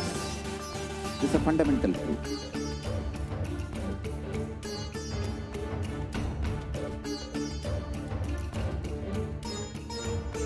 Hinduism cannot live exclusively as one sampradaya. No. All sampradayas of Hinduism is an ecosystem.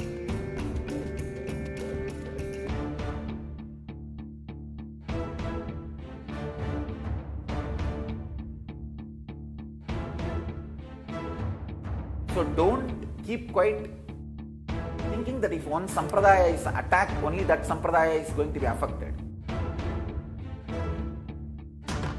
All of us are ecosystem.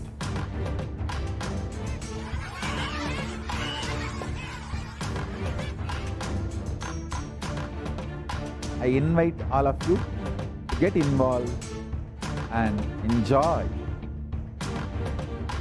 Hinduism by the principle of Dharmo Rakshati Rakshitaha. When you protect Dharma, Dharma protects you. We will make the whole planet flourish spiritually. The spiritual prosperity will happen to the whole planet Earth. We all have to coexist together.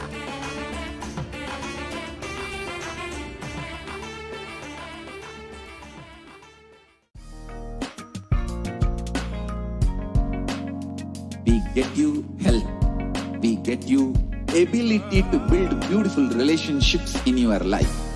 We get you direct spiritual support, and we make sure you become wealthy.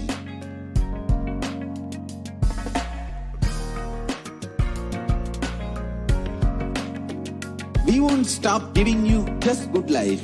We will literally not stop till you live enlightened life. Manifesting the state of Paramashiva, space of Paramashiva, powers of Paramashiva, being of Paramashiva.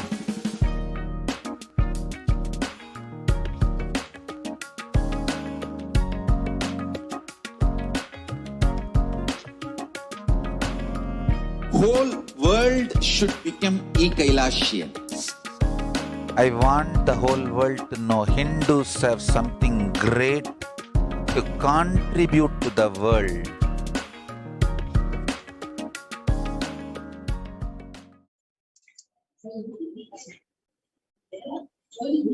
Nithyanandam everyone, welcome back to this segment of Kailasa's spiritual embassies, which are also Kailasa's COVID care protection centers. And let's, with the blessings of the Supreme Pontiff of Hinduism, Jagat Guru Mahasannidhanam, His Divine Holiness Bhagavan Nityananda Paramashivan's blessings, let's start with the Sadguru Vandanam.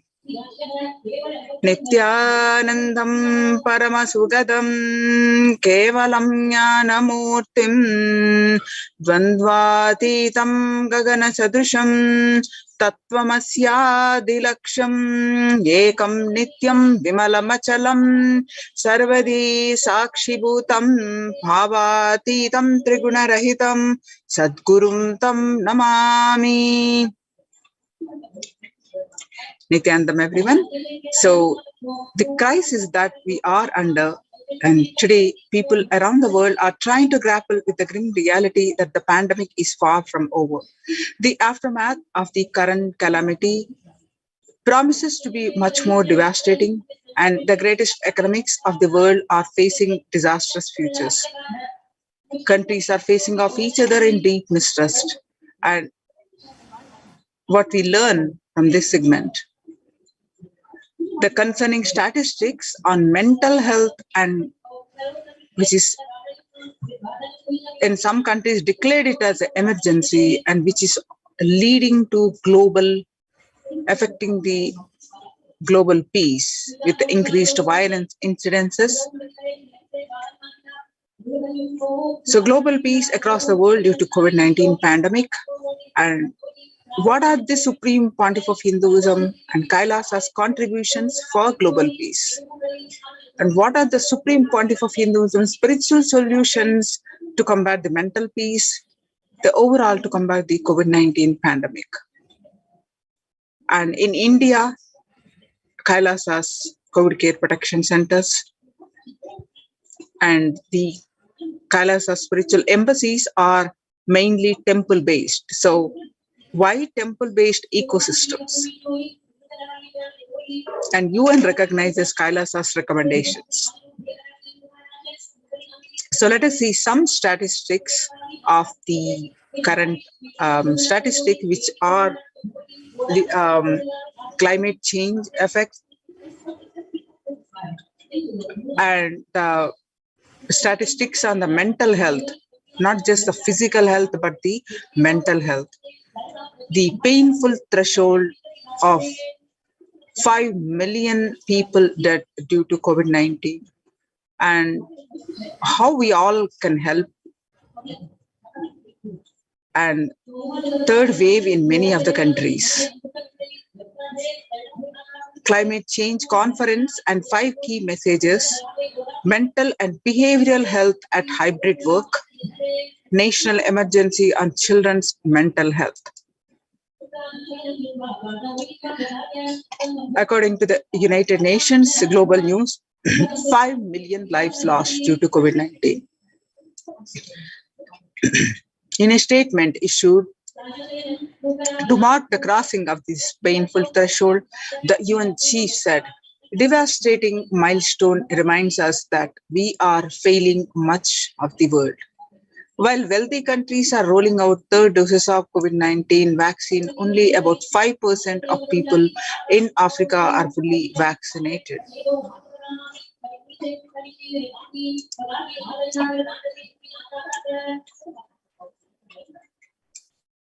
COVID-19 cases surge in Africa and other countries as the UN urges fair distribution of vaccines.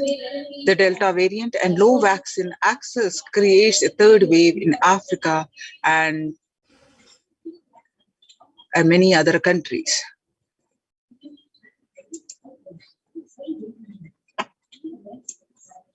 Global solidarity, #only together can we end it. The climate and environmental changes. As the World Leaders Summit opened day 2 of the COP, UN Chief Antonio Guterres sent a stark message to the international community. We are digging our own graves, he said, referring to the addiction to fossil fuels, which threatens to push humanity and the planet to the brink through unsustainable global heating.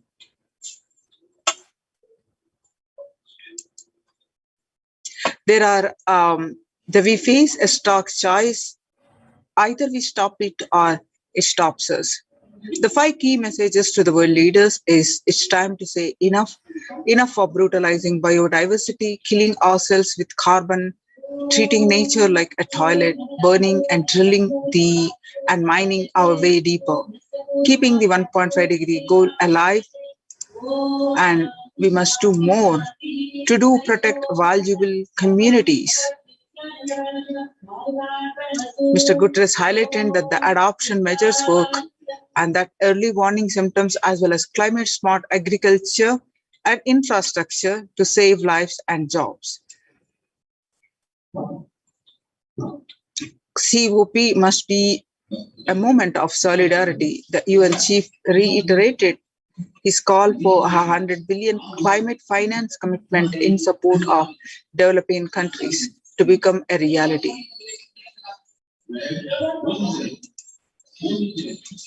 Built on progress, the number of countries have made credible commitments to net zero emissions by mid-century may have pulled the plug on international financing of coal, and over 700 cities are leading the way to carbon neutrality.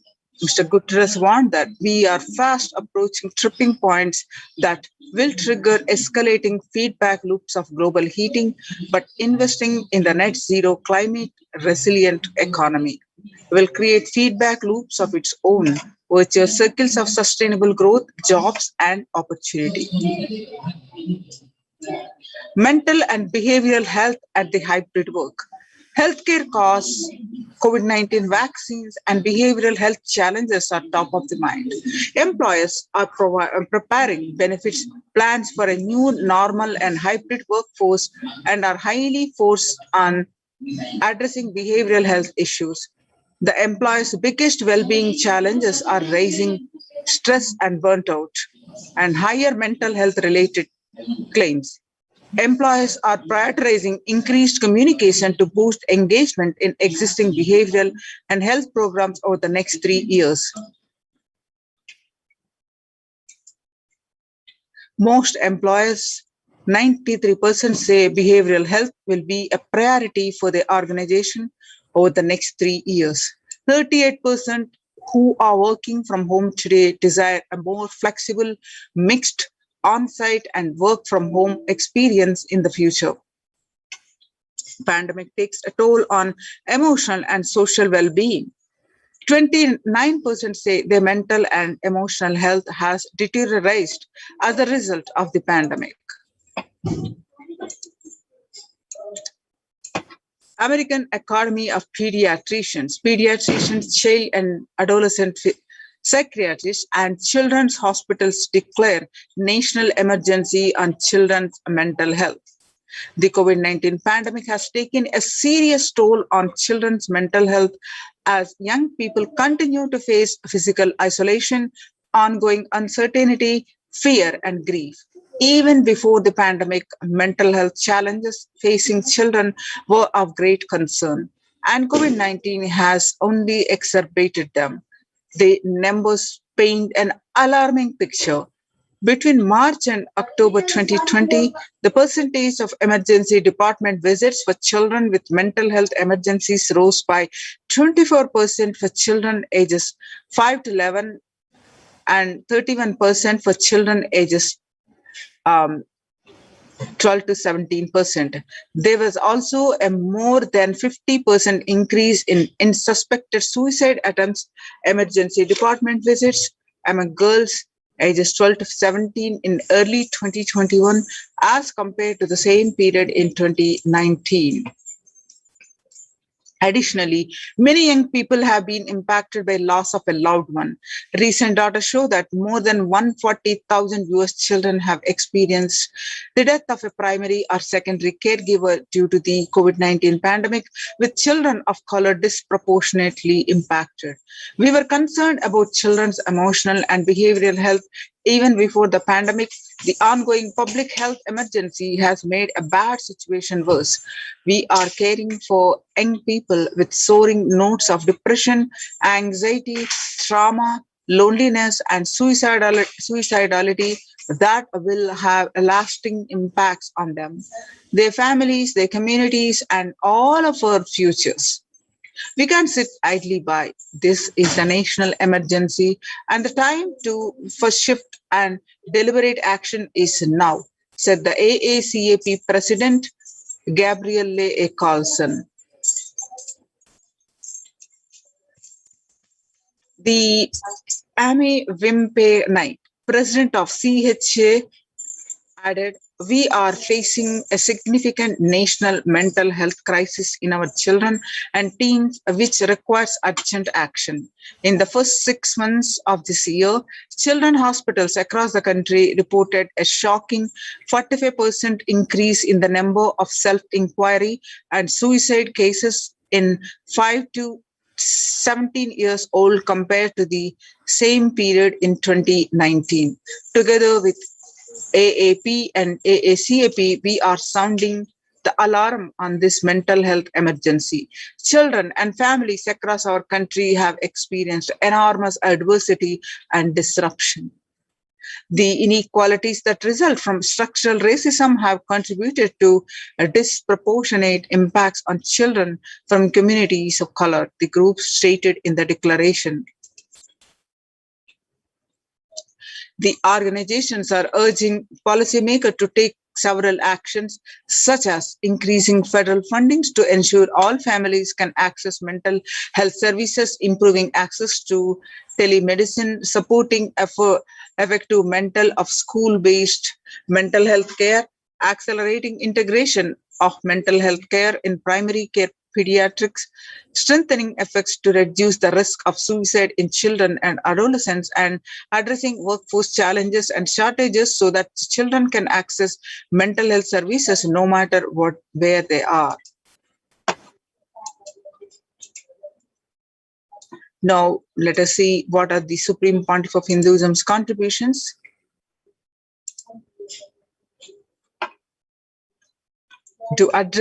To combat these mental health issues.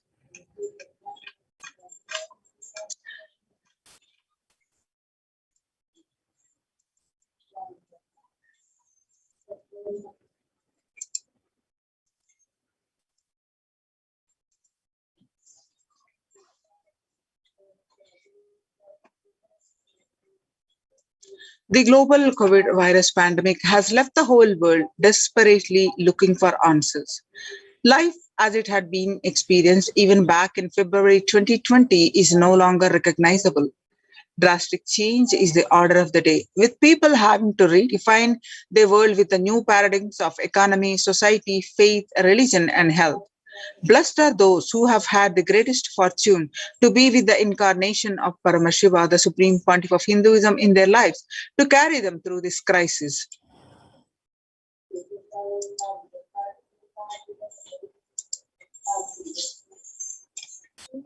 Concerning the global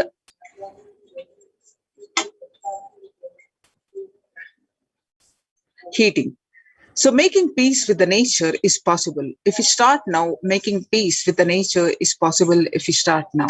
Even amid pandemic, 2021 can go down as the year we made peace with the nature and set the planet to healing. Our environmental, social, economic challenges are interlinked. They must be tackled together. For example, we cannot achieve sustainable developmental goals, including ending poverty, by 2030 if climate change and ecosystem collapse are undermining food and water supplies in the world's poorest countries. We have no choice but to transform our economics and societies by valuing nature and putting its health at the heart of all our decisions.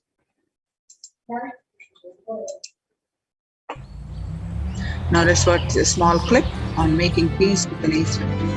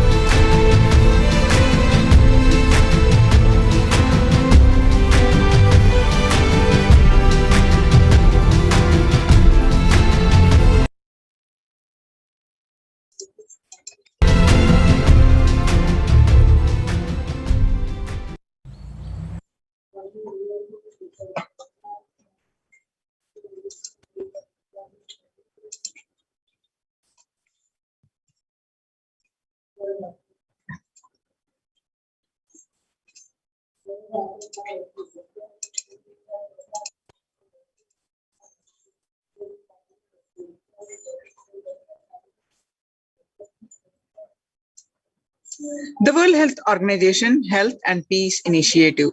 Health and peace are interrelated. In the words of the Director General of World Health Organization, Dr. Tedros, there cannot be health without peace, and there cannot be peace without health.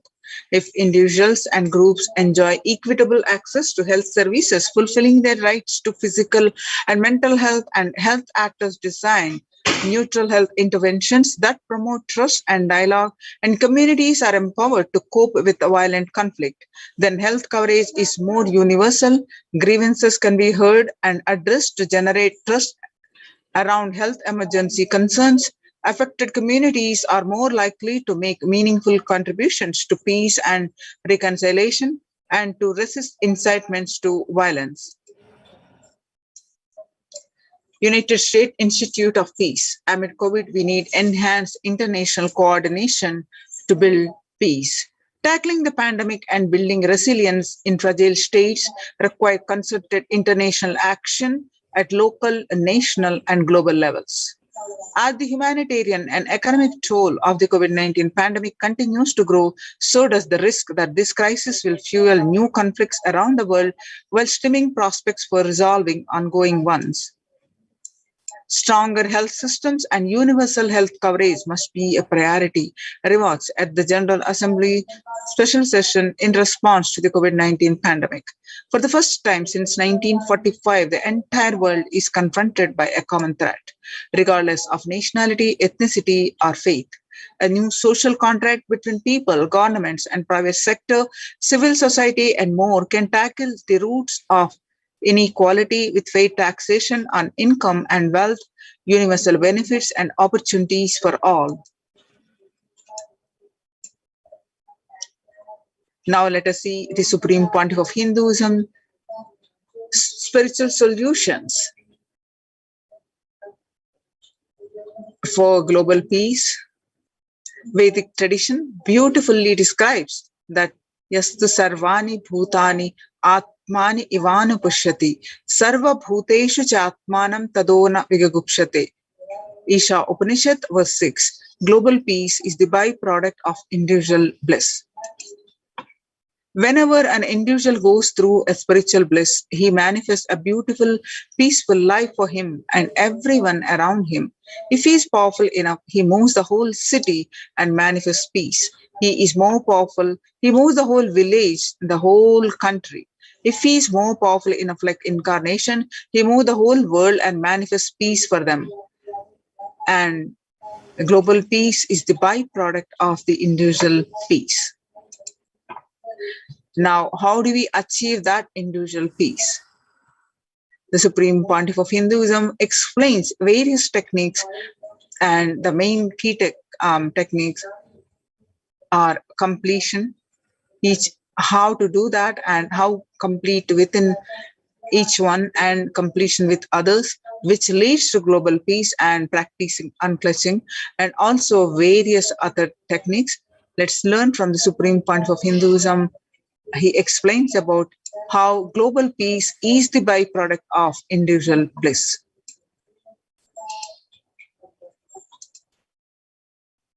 Consciousness embodied in many bodies.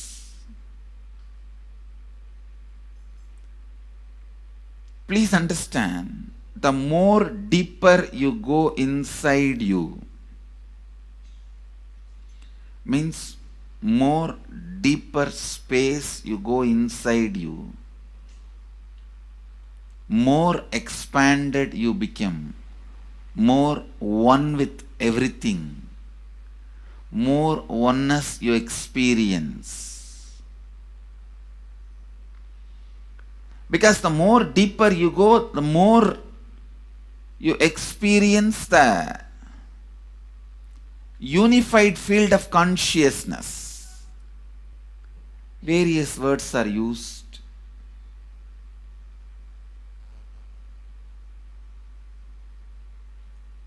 Some of the Hindu traditions uses the word Atma, Brahman. Some of the Hindu traditions use the word Nirvana. Whatever word you may use, Atman, Brahman, Nirvana, unified field of consciousness, whatever.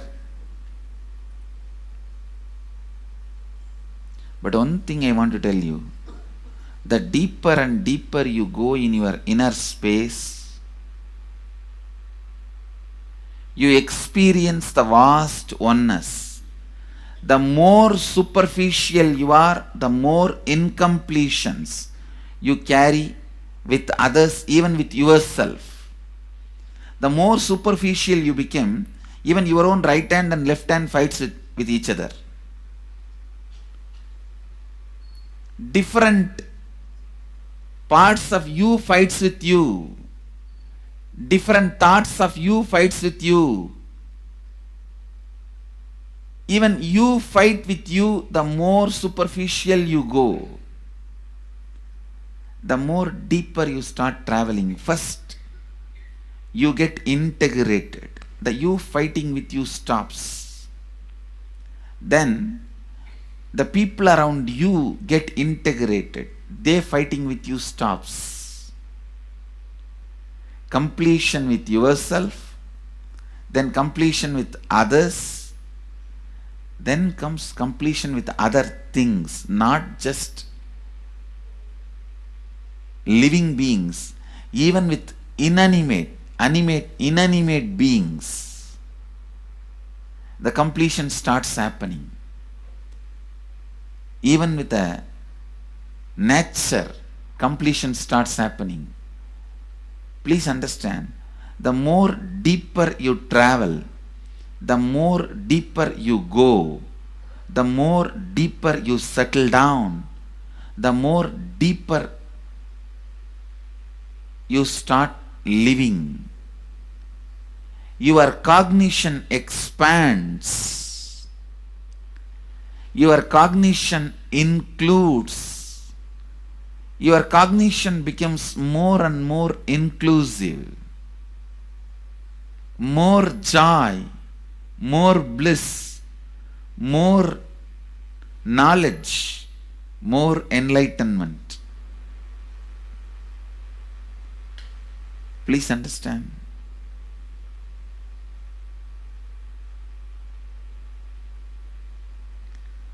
The more and more completion happens in you, you will see everyone around you feels complete with you. That is why I am saying, whether they have body or they are disembodied, in the deepest corners of your being, deepermost layers of your being, deepest parts of your being, you experience such powerful awareness, such joy.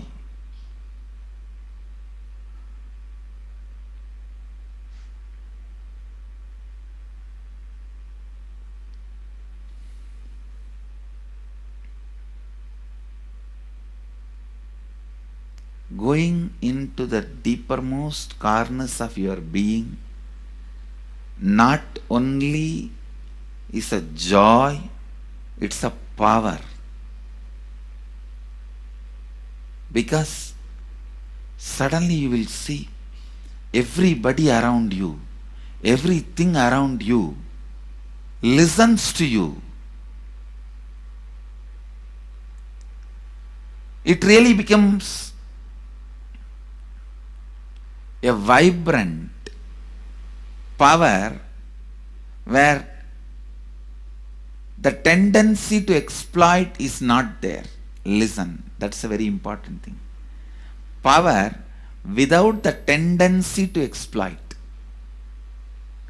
Because as long as you feel the other person is separate from you, when you get the power, it will always be used for exploiting. Because the other person is separate from you, then naturally what you will feel? Let me suck all the possible energy, intelligence, time, talent, treasure. But when you feel the other person is your own extension, you will see, you will be showering so much, enriching so much. The power you have will not be exploiting, it will be enriching. I tell you, even if death comes at this moment, I can tell you very clearly, I can face the death directly and tell the death, I have enriched every human being more than what I received from anybody. I have given to every human being whom I met in my life more than what I received from them. My accounts is clear. I am ready. Come on, let's go. My accounts is clear. I don't have debt. No credit card money to be paid, loans to be paid, no debit card, no credit card. My accounts is clear. Understand, when you feel everyone is your extension, the power given to you, the power you gain, see, any living is power. Powerful way. Even in that, you will become powerful. So any lifestyle you choose, you will get power in that field. Whether it is exploiting or enriching, murdering or raping or go on serving. Whatever lifestyle you choose, living is power. When you go into the deepermost core of your being and start living based on completion, I tell you,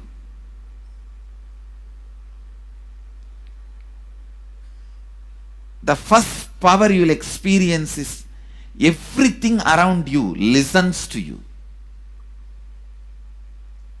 That power will simply make you enrich everyone. The best power you can have through living is power of enriching. Whatever you do, as I said, whether you live the life of enriching or exploiting, you will become powerful. I tell you, the power of exploiting brings more and more conflict within and without. And those conflicts naturally bring suffering. And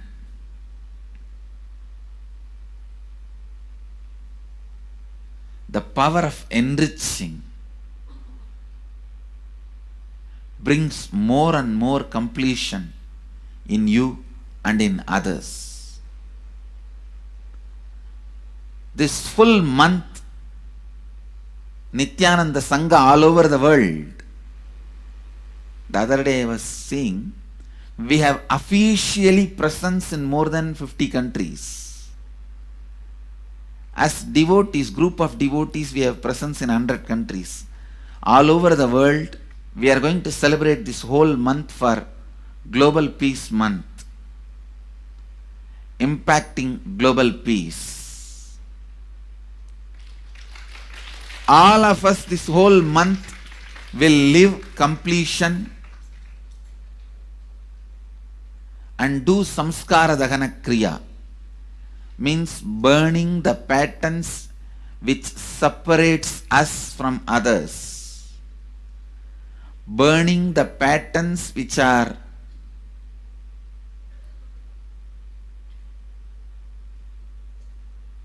constantly keeping us in a superficial level. All over the world, we will be doing samskara dahana kriya, burning our patterns and leading us to more and more completion. And we also have special 3 Nitya Dhyana Yoga program teaching people signs of completion and facilitating samskara dahana kriya. This month, 20th, 21st and 22nd,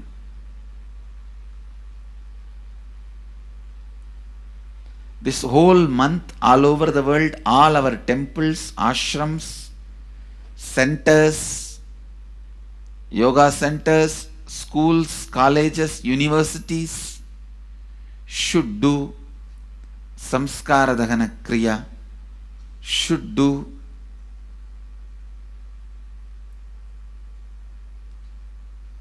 the practice of burning all the incompletions and patterns which leads to conflicts, bringing more and more peace inside us and outside us, spreading peace.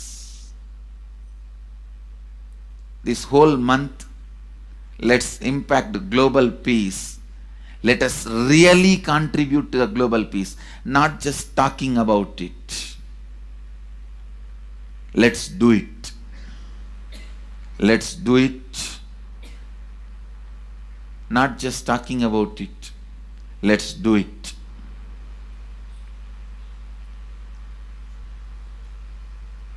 Even if you teach the samskara dahana kriya to 50 people in each area, each place where we have centers, ashrams, temples, two-way centers, yoga centers, even 50 people, each Tanidar teaches, enriches them with these signs.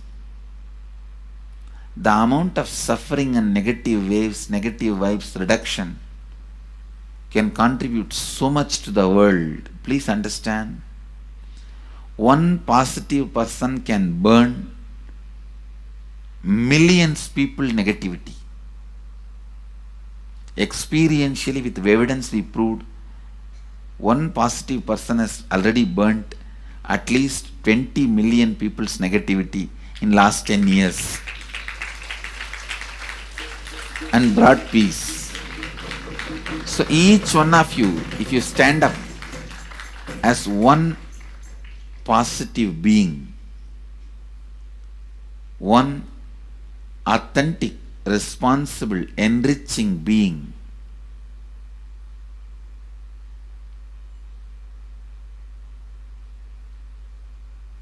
I tell you,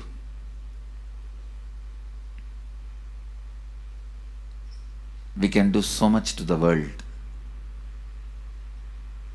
It will be better place than the time we entered. When we leave, it should be better place. That's all. When we leave the earth, it should be better place. So understand, inner peace is your birthright. Go to the depths of your being. Bring more and more completion into you. Completion with others. And start living Advaita. Today in the Inner Awakening session, it's all about completion with others. So last 6 days, literally, you worked so much, one by one by one by one by one, layer by layer by layer by layer. The completion with yourself. Now comes completion with others. Today we are starting the science of completion with others.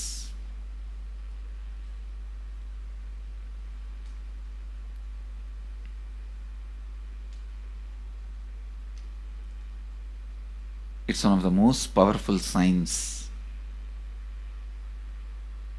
Does so much to human beings, not just healing their relationships, even inside their consciousness, this inner space, so much of good is done, so much of awakening is done.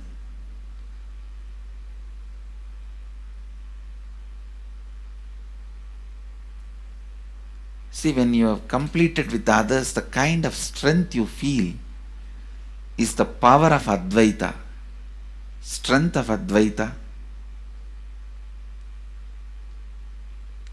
Today the Inner Awakening sessions are all about completion with others. We have long session today working on completing with others. So with this, because today we have a long session with Inner Awakening, we are also lagging behind the syllabus. Actually, it is a good news, it's not a bad news, because participants are so sincere. They are going through the whole process so intensely, sincerely. Because of that, we are little delayed. But today I am going to catch up. Today I am going to spend more time and catch up with them, with the syllabus. So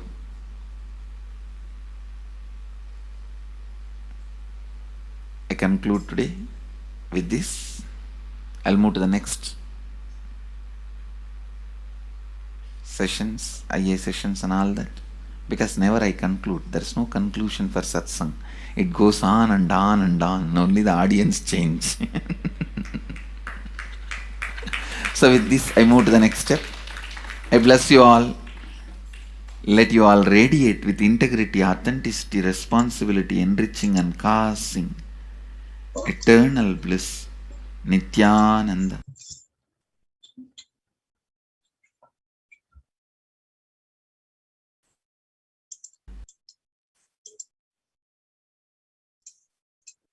Now, let's listen from the Supreme Pontiff of Hinduism that self-transformation is the secret to achieve global peace.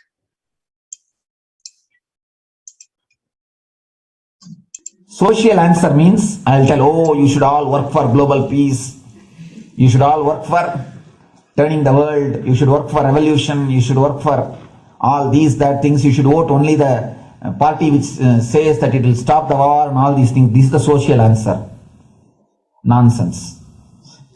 If you want the honest answer, I tell you, simply transform yourself. You can't do anything. If at all you can do, you would have done it. Be honest. If you can do, you would have done it. You are raising this question because you are not able to do. Am I right? So let us be very clear. Let us be honest. We are not able to do socially. That's the truth. That's the reason you are sitting here and raising the question. I tell you, understand few important things. There are a lot more attached to this question. There are many things which is attached to this question. We always feel the present is the world is totally spoiled. It is not going according to the rules or how it is supposed to be.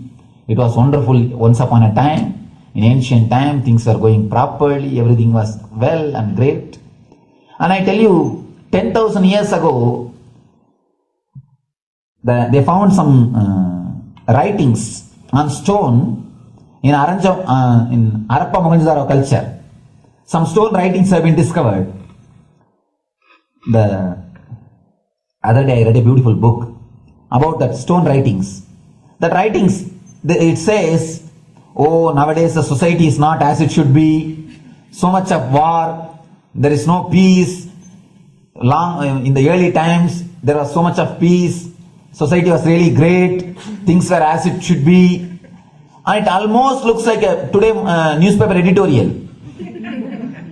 10,000 years ago, the same thing carved on a stone. Then understand, there was no such time as only good prevailed. It is just a fantasy. Hinduism, they call it Satya Yuga, the age of truth. There was a time only truth prevailed. And every religion, Christianity, they say the Garden of Adam and Eve. There was a time everything was wonderful. Every religion has got the fantasy. The past was great. There was golden past. Always the idea of golden past exists only in the past. The more you go back, again you say the past was great. And I tell you one thing, it is a wonderful way of postponing accepting the reality. Otherwise, I can be sure the world was same as it is today. Whether it is 5,000 years ago or 10,000 years ago. Maybe one thing, there was no CNN channel that time. So the news did not reach you so quickly. That's all. The news did not reach you so quickly. That may be the only difference. But otherwise I can be sure the good and the bad was equal. Good and the bad was equal. The same amount of wars were there. All the other things were there. If you read the Puranas, the mythological stories of India, you see enough of things. Enough of dirty things. I think sometimes I find little more. And if you read completely the Puranas or the Hindu scriptures, there are a lot of things much worse than modern day. The criminal activities or bad things or negative things, whatever you say, all this stuff. And never think only present day is corrupted or violent. In the ancient days also, all these things were there. Only one thing was not there, the CNN news or the internet. So the news did not reach you. But otherwise I can tell you, enough the good and bad was there. It always will exist. It will exist. All you can do is, if you awaken yourself, if you reach the enlightenment state, you can go beyond it. And I tell you, enlightenment is the only service you can do to the society. Just become enlightened so that you will reduce the negativity. Now, as of now, you are also the part of negative group. Naturally, we will be a negative group. As long as we are unenlightened, we will be the part of collective negative consciousness. So if you become enlightened, at least you will reduce your weight. That's the only thing we can do. Nothing else can be done. So all I request you to do is just become enlightened. Realize that you are a lion. That's the only way to help yourself and the society. Otherwise, all revolutions, you see, all revolution again end up as one more tradition. In last 2000 years, 3000 wars have happened in the humanity. In 2000 years, 3000 wars. Human beings have not done anything except doing wars, except fighting. Everybody claims he wants to do revolution. He wants to spread peace. You see, every country claims their army is a defensive army. Then who is offending? Tell me. Every country says defensive army. Then who is offending? These are all just, games. The idea of peace is a pure game. Everybody wants to spread the peace according to them, not according to the other person. They want peace according to them. The other day I was in one interreligious gathering. One guy is preaching, let all of you convert to my religion so that we will not have fight. He wants peace the way in which he wanted, not the way in which.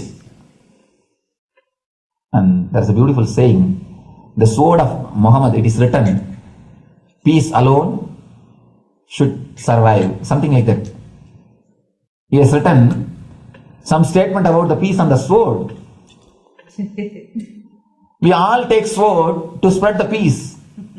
So no revolution is going to help, because in the last 2000 years 3000 revolutions have happened, but still world is same, I think much worse. So no revolution is going to help, only individual evolution is going to help. So be very clear. Instead of working in the outer world, start working in the inner world. That will help you and society some way.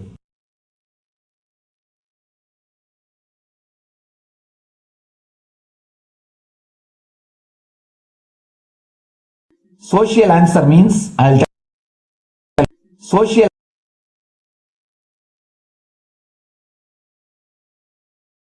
Listen carefully. The space of Shanti,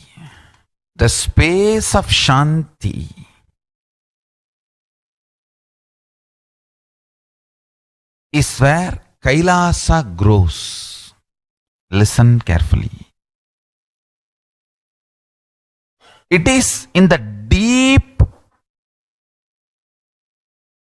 powerfulness of peace, or peace-centered powerfulness is the ground, breeding ground for Paramashivatva to manifest. Please understand. Like how pure mirror reflects everything, pure Shanti-based Shakti, peace-based powerfulness reflects Paramashiva.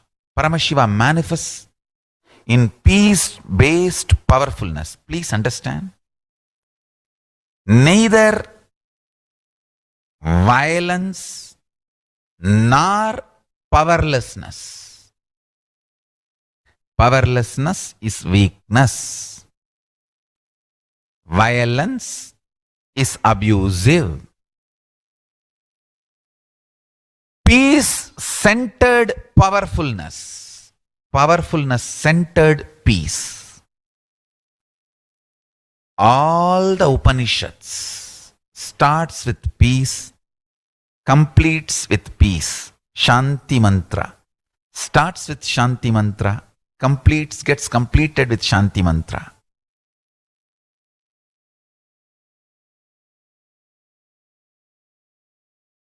Peace-based powerfulness is a fundamental requirement for Paramashivatva to manifest. That is why people who don't want us to manifest Paramashivatva or power manifestation do not want to allow the peace in our life, or do not want peace in our campus. Understand?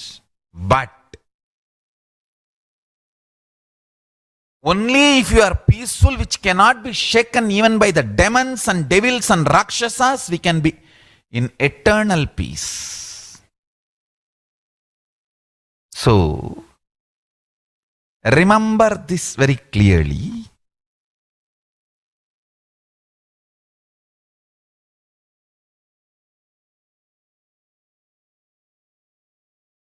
Peace alters the very DNA structure, genetic structure, the core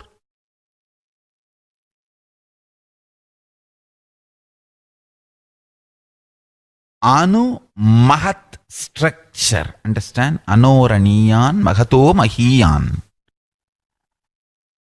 The consciousness in you is atom inside the atom, Mahat, more than Mahat. That Anoraniyan Mahato Mahiyan. That consciousness starts growing in you with more and more peace-based powerfulness developing in you. Nothing can be compared to unclutching. Spend more and more time, energy in unclutching. It will never be wasted.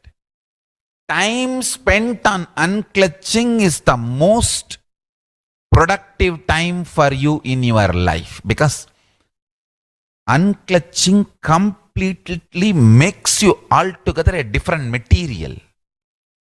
Understand?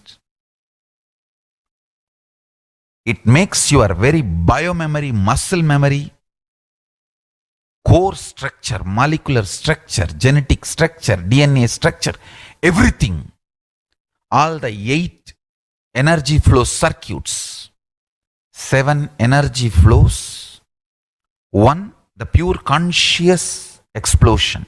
So totally 8 energy flow circuits exist in you. All the 8 explodes when you unclutch. Understand? Unclutching is the space of Sri Kailasa.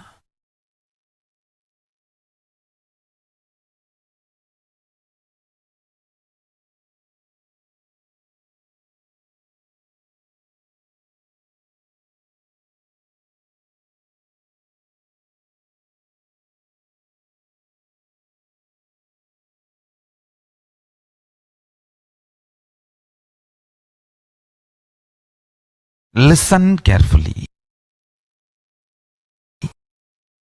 Listen. Every chanting, every prayer in Hinduism ends with Shanti, Shanti, Shanti 3 times.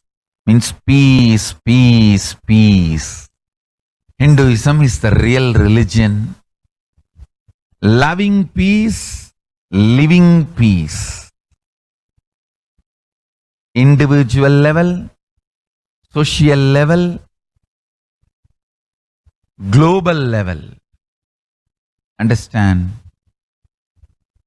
Hinduism lost all its 56 nations, 200 states, 10,000 kingdoms, samsthanas. Is not a loss to Hinduism, it is a loss to planet Earth, human beings. Wherever Hinduism is practiced, kept alive, the ideal of global peace is kept alive. Just do this one simple statistics. You yourself study. Google and study. Take the top 10 religions and list how many people they converted in last 200 years, how many people they killed. List for each religion. I can be 200% sure you yourself will realize Hinduism is the most peace-loving and peace-living religion, neither conversion nor terrorism. Neither conversion nor terrorism. Being the Supreme Pontiff of the most peace-loving,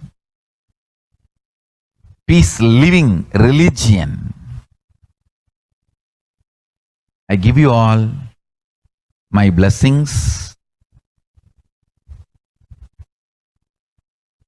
on this International Peace Day.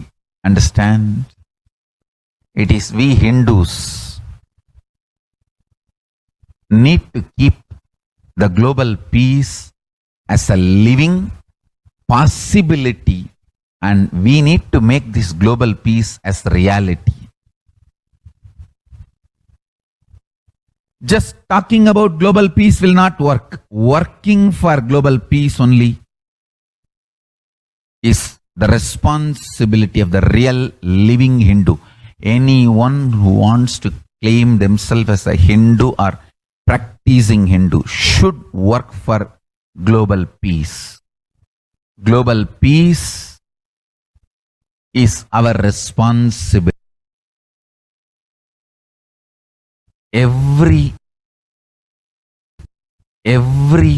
child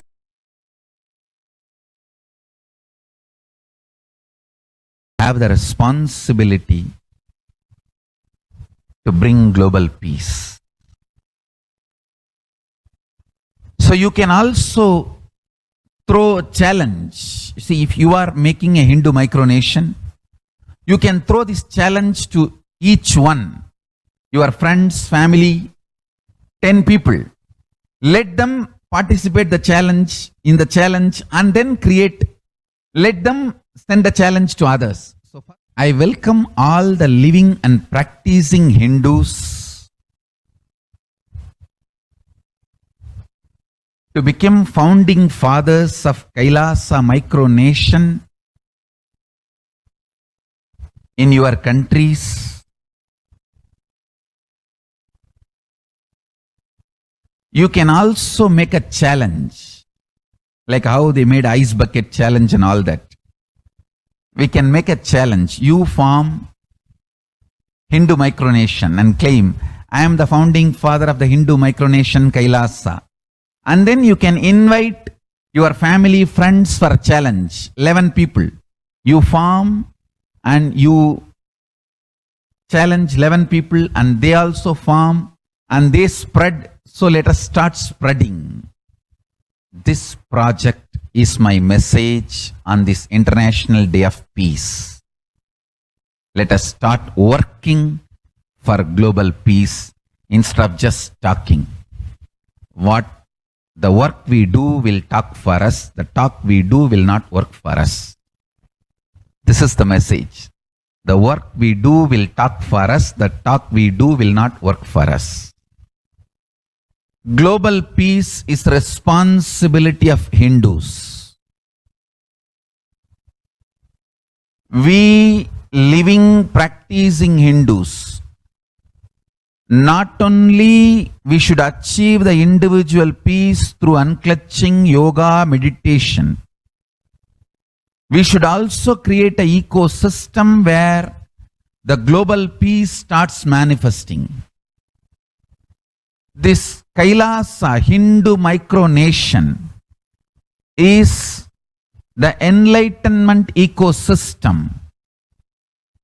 I request every living practicing Hindu to manifest, do it. So the global peace can manifest from these Kailasa Hindu micronations all over the world.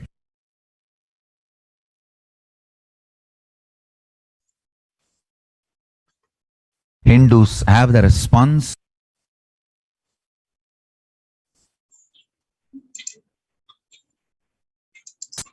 Hindus have the responsibility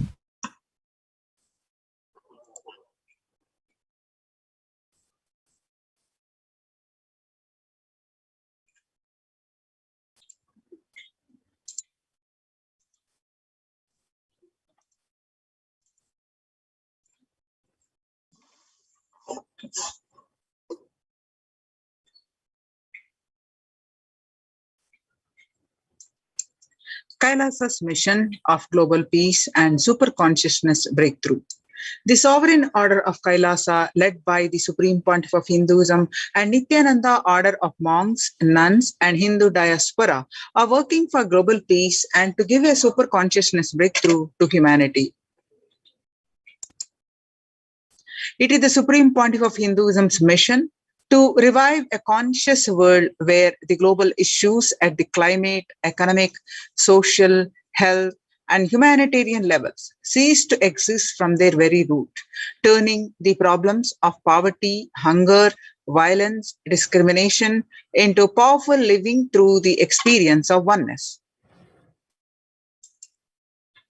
The Supreme Pontiff of Hinduism has been working from the very grassroots level to usher in an era of peace at all levels, individual, societal, national, and global. His deep insights into the workings of the human mind-body emotions have enabled him to powerfully and directly address various social and emotional problems facing humanity today. Some of the ways that the Supreme Pontiff of Hinduism provides spiritual solutions to combat the pandemic and other issues. Since the beginning of the global lockdown, the amount of contribution and activism of Kailasa has increased multifold. Through the Paramashivam program, bringing the superconsciousness breakthrough to the whole humanity. By starting the Akhanda Nirvikalpa Samadhi Jnana Yajna, that is unclutching meditation, and contributing billions of minutes so far. Paramashiva Sankalpa chanting, that is sacred Sanskrit mantra chanting to heal one and all 24/7 via Zoom sessions. Spiritual healing to one and all 24/7, helping humanity to cope up with insecurity, fear, disease, and by empowering individuals to heal themselves and learn to cope up emotions like depression and tough situations in relationships, providing alternative solutions to worldly problems through power manifestation. Initiating thousands every day into manifesting innate superhuman capabilities in the Kailas courtyard sessions, providing healthy solutions like a technique to clear the stomach from the Ayurveda solutions, which ultimately brings clarity out to the spiritual truth and give a conscious breakthrough. In the long term, establishing self-sufficient communities. Continuing and intensifying the service of Annadan, which is free food, in Nityananda Annalayas around the world, including Tiruvannamalai, Los Angeles, and various other adhinams. Paving way with the New World Order, starting the agriculture-based communities in Adi Kailas and several other locations. Peacekeepers of Kailasa offering various life solutions from the teachings of the Supreme Pontiff of Hinduism. Hinduism prescribes various methods for global healing. One such is Maheshwara Puja, nullifying collective negativity simply through the presence of the avatar and his order of monks. Offering Maheshwara Puja to the natural calamity victims. Bhava Samadhi Darshan to raise the individual consciousness breakthrough. Devi Parashakti Akashic reading the cosmic revelations. The Supreme Pontiff of Hinduism, spiritual solutions for COVID-19. Society was created with the delusional ideas of too many human beings, blind spots, and the decisions made from those blind spots. If the visionary of a civilization or country or nation has blind spots when he develops the vision for it, the whole civilization suffers those blind spots forever. Now it's time that the nature, Prakriti, resets itself, and many of the blind spots based visions, ideas become important components of the society. This pralaya which is happening is melting down everything which is delusion based. The world as we know is gone, and let us celebrate God. This isolation which is seemingly endless with an unknown future which is compelling humanity to make 100% lifestyle change is something to be deeply dwelled upon. All problems need to be addressed only with spiritual solutions and powerful cognitions. To stop people having mental breakdown, pandemic fatigue, collapsing, depression, destruction, and to give them super consciousness breakthrough and revive the enlightened civilization, the Supreme Pontiff of Hinduism continuously gives spiritual solutions and powerful cognitions. Some of the spiritual solutions and powerful cognitions are unclutching, practicing completion, practicing oneness, practicing ajapa japa of Mahavakya, Om Nithyananda Paramashivam, continuously building deep feeling connection, yoga, puja, vegetarian diet, nirahara samyama, and many more. It's time we all take responsibility to save the humanity and to protect people. And all these spiritual solutions are free and open for all and available wherever you are, available via Zoom sessions. Let us take few minutes now and share with as many people as possible. Let us save the world with these powerful teachings. For example, the experience of unclutching, which is also called Nirvikalpa Samadhi Jnana Yajna. People from over 50 countries continuously radiate the space of Paramashiva by practicing this unclutching meditation 24/7, 7 days a week. It started from 13th May, and at any given point of time, 4 to 8 zones actively unclutching around the world.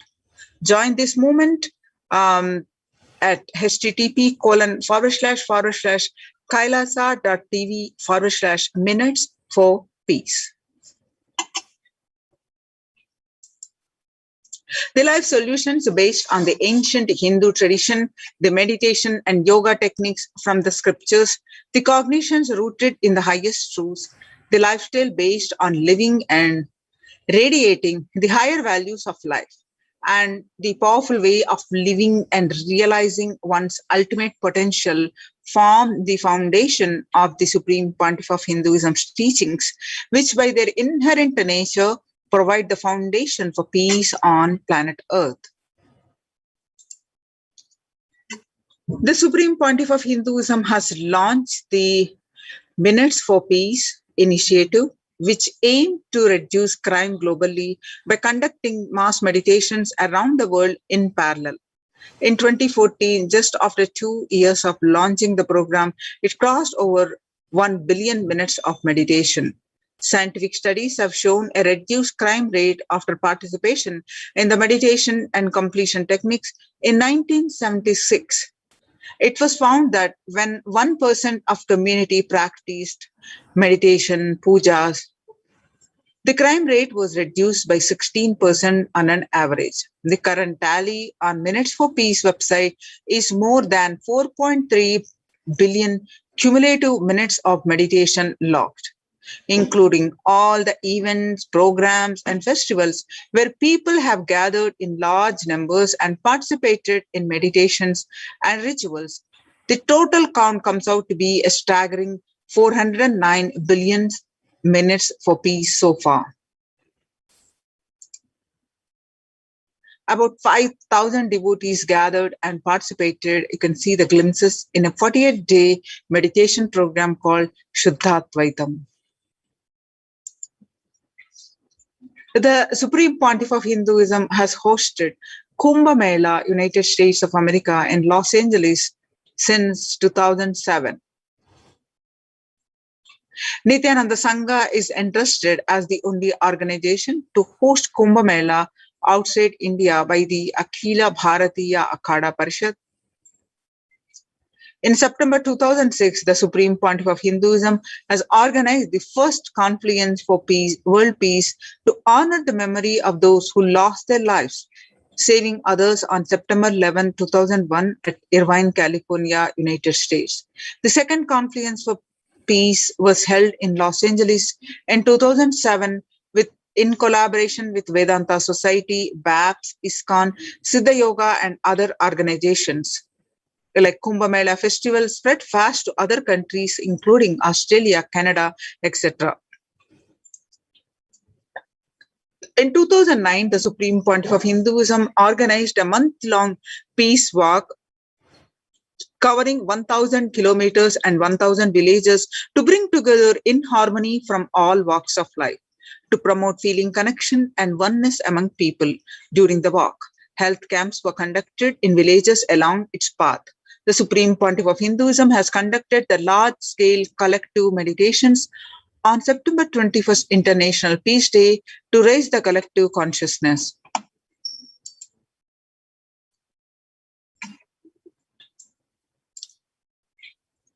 One of the great contributions that the Supreme Pontiff of Hinduism is contributing is initiating thousands into sannyas. Sannyas is our social responsibility. Let us save Hinduism and humanity.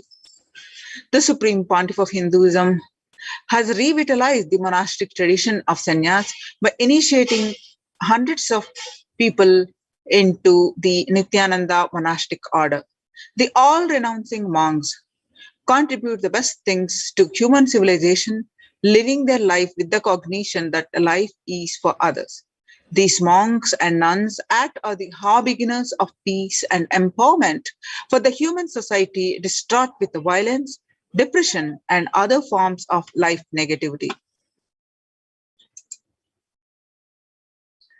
Supreme Pontiff of Hinduism has revived the ancient practice of embarking on pilgrimages.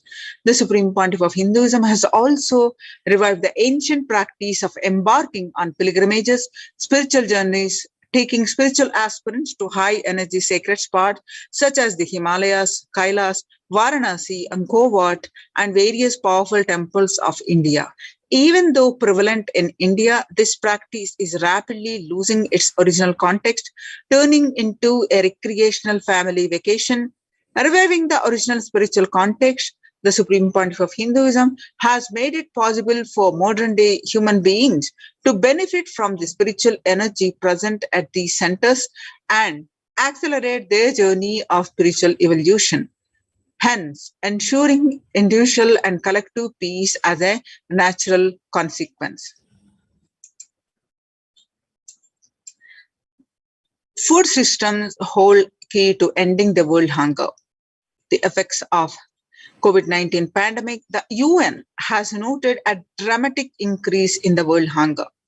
According to the UN State of Food Security and Nutrition in the world, 1/10 of global population, as many as 811 million people, were undernourished in 2020, an increase of 118 million from 2019.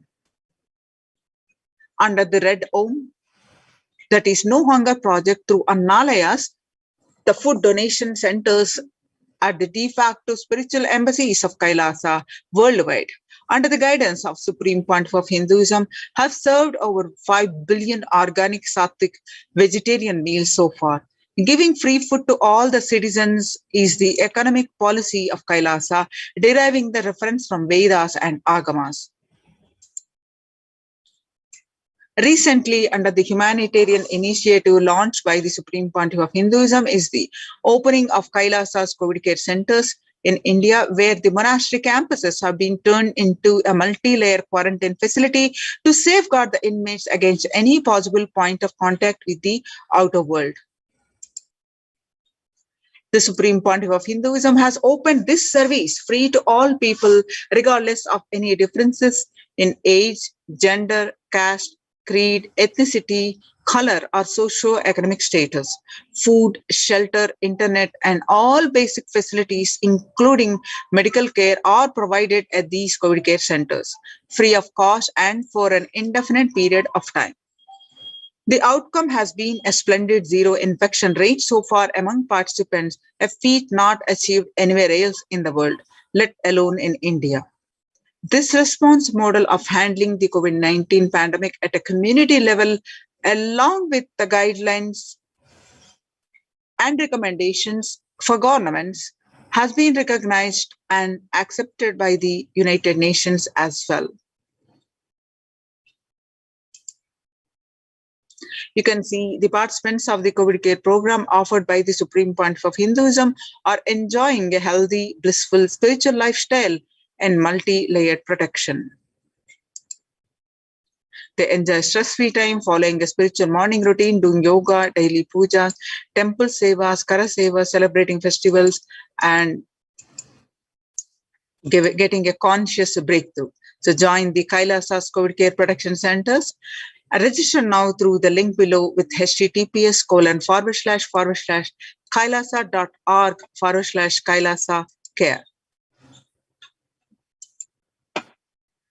All these Kailasa spiritual embassies mainly are temple-based. The Supreme Pontiff of Hinduism has been reviving the temple-based ecosystems across the world.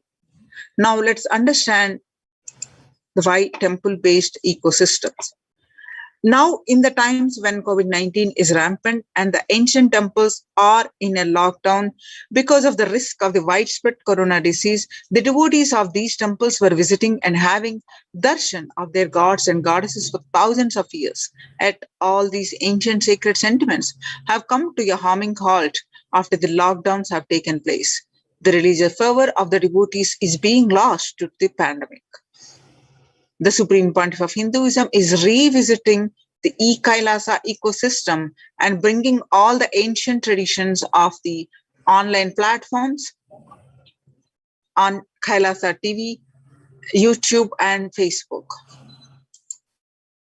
Now let's listen from the Supreme Pontiff of Hinduism explains about the science of temples.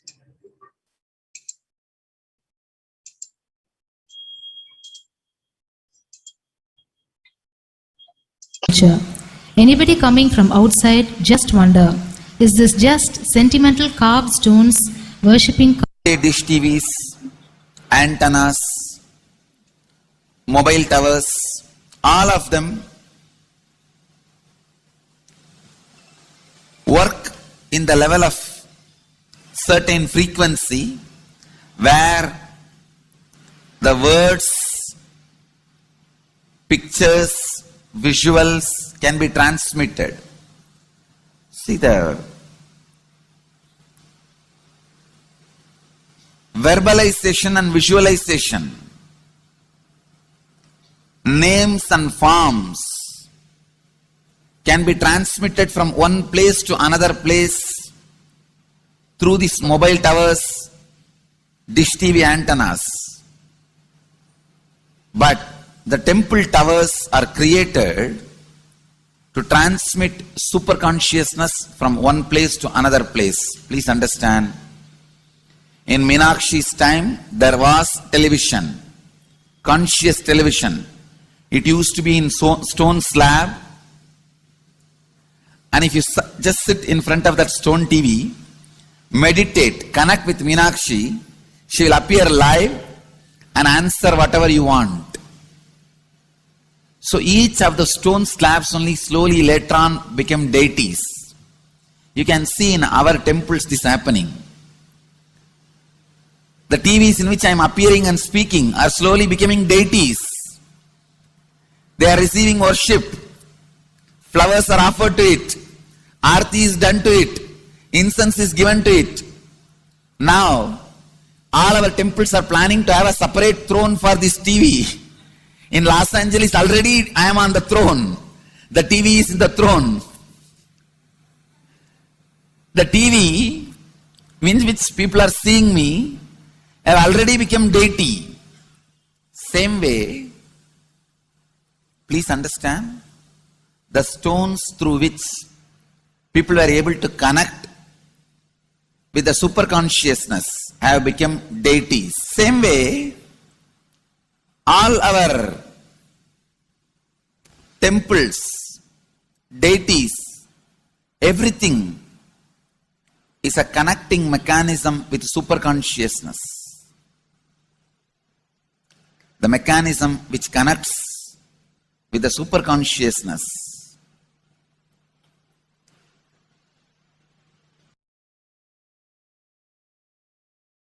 Please understand,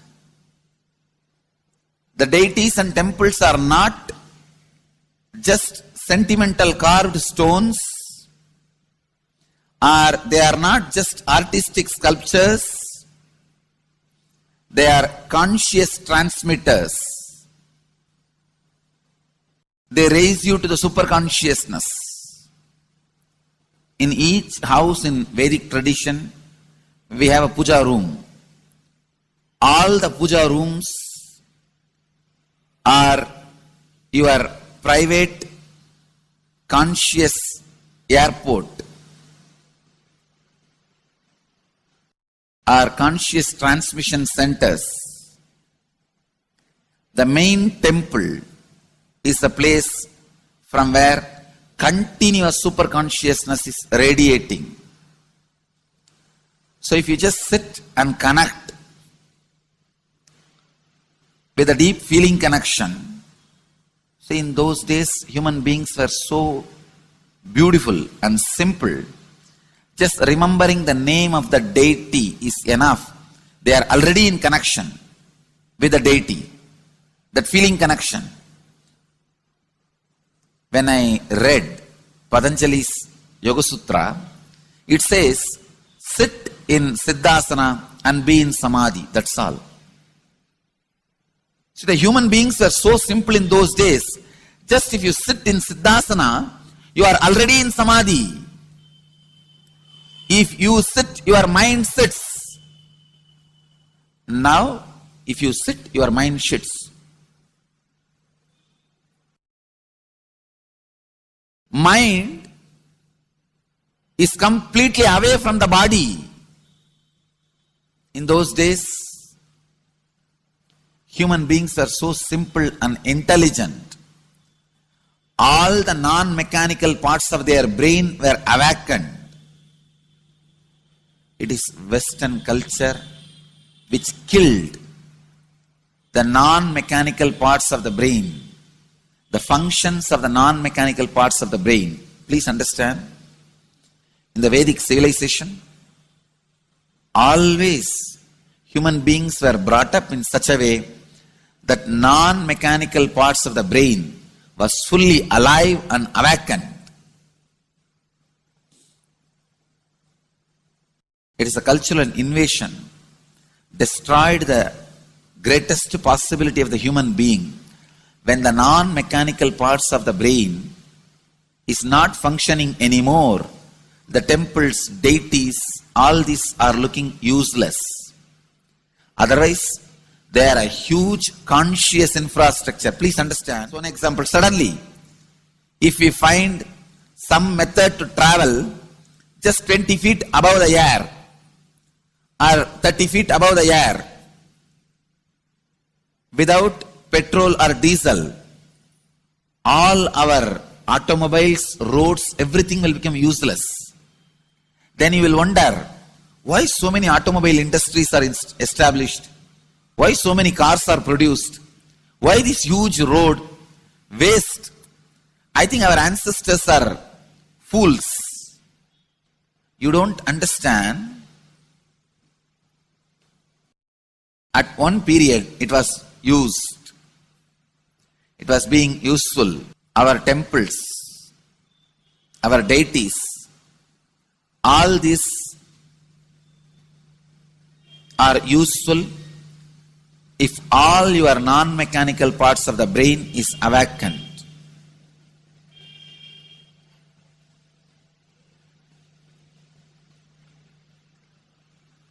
Unclutching is the process to awaken your non-mechanical parts of the brain. When your non-mechanical parts of the brain is awakened, you will understand temples, deities, how useful they are, how directly useful they are, how they are part of our life, how they enrich our life, and how they make human beings intelligent, enlightened. These are the methods created to create enlightened civilization.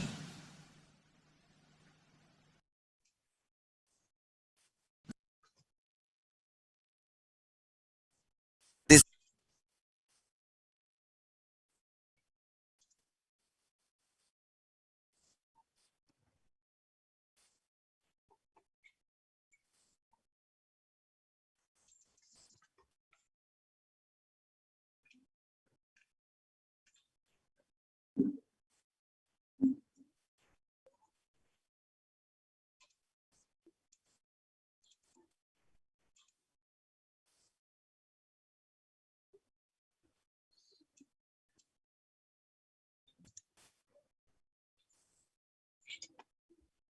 On 5th July 2021, Devi Parashakti revealed to the world that taking the soil of Adi Kailas and mixing it with the water of Navapashana Linga of Vaidya Sarovar, and by applying it, all pains will vanish.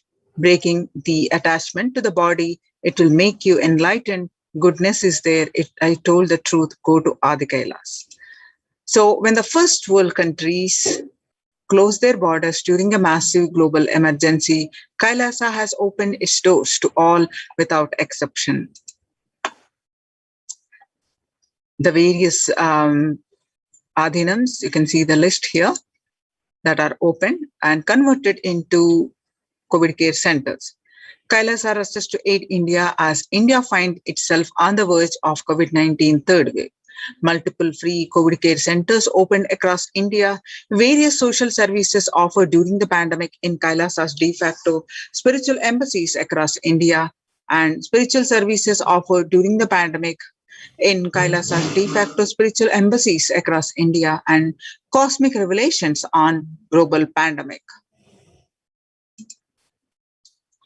Free social services offered during the pandemic in de facto spiritual embassies across India are medical care, allopathy, Ayurvedics, the medicine, infrastructure to accommodate thousands, accommodation for multi-layered quarantine, emergency ambulances, ICU on wheels, personal protective medical equipment, food security, management through food banks and organic farming.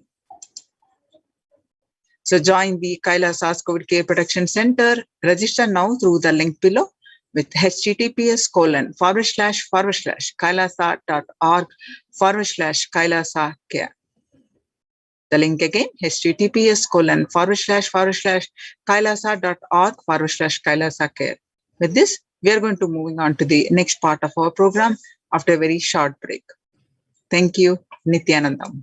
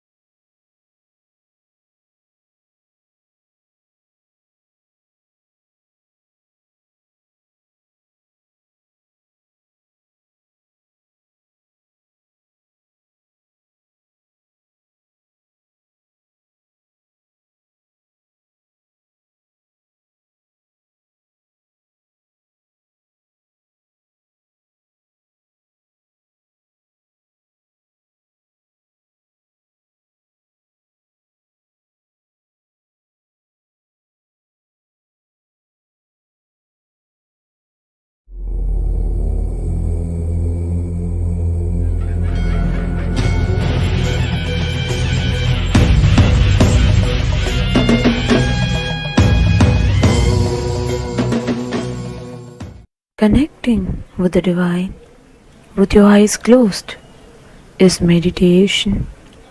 Connecting with the divine with your eyes open is darshan. Come, let us all now move from meditation to darshan. Slowly, very slowly, please open your eyes.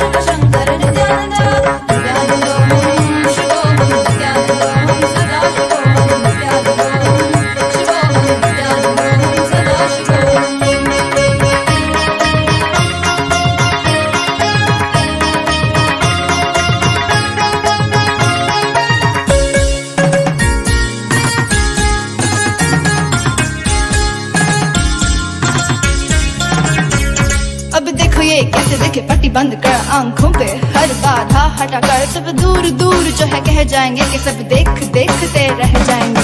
Trinetra जागरण जो इसे कहते हैं कथाओं में जो सुनने को मिलते हैं, कहने में जो लगे नहीं इतना आसान चुश्चुल इतना भी नहीं मुश्किल, बात बनेगी संपूर्ति जब साथ है तो आओ एक दीक्षा की तो बात है सारी दुनिया में मगर एक ही इंसान, उप्स नॉट इंसान ये है भगवान। जय जय जय जय नित्यानंदा जय Shiv Shankar Nityananda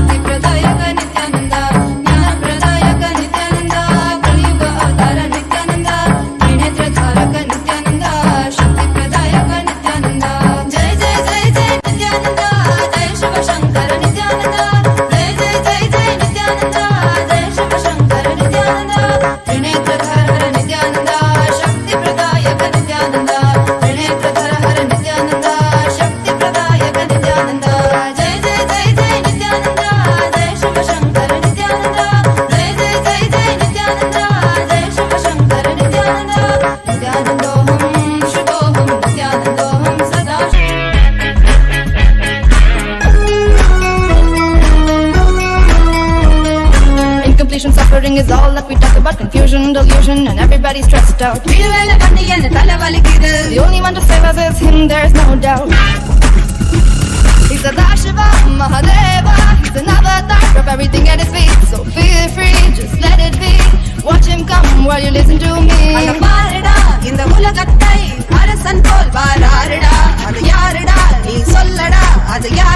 Should I tell you who's here? None other than Nityananda. Jagat Guru Nityananda. That's right, Paramahamsa Nityananda.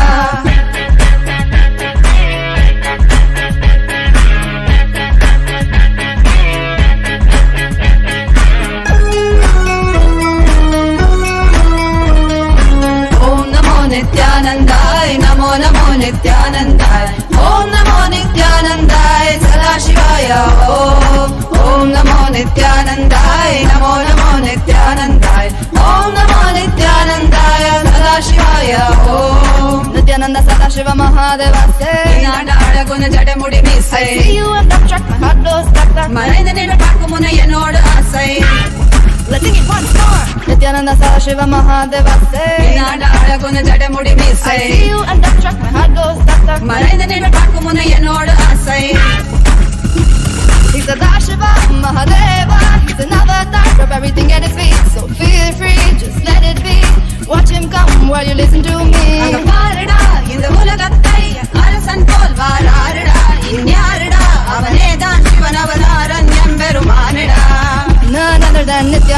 Jagadguru Nityananda, Yam Brahma Nityananda, that's right, Paramahamsa Nityananda.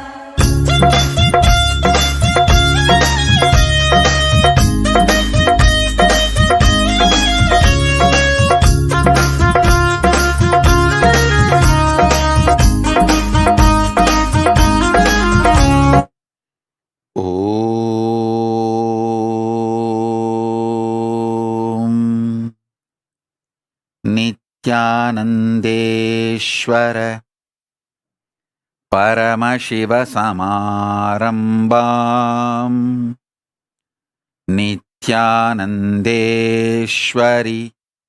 परमशक्तिमध्यमाम् अस्मदाचार्यपर्यन्ताम्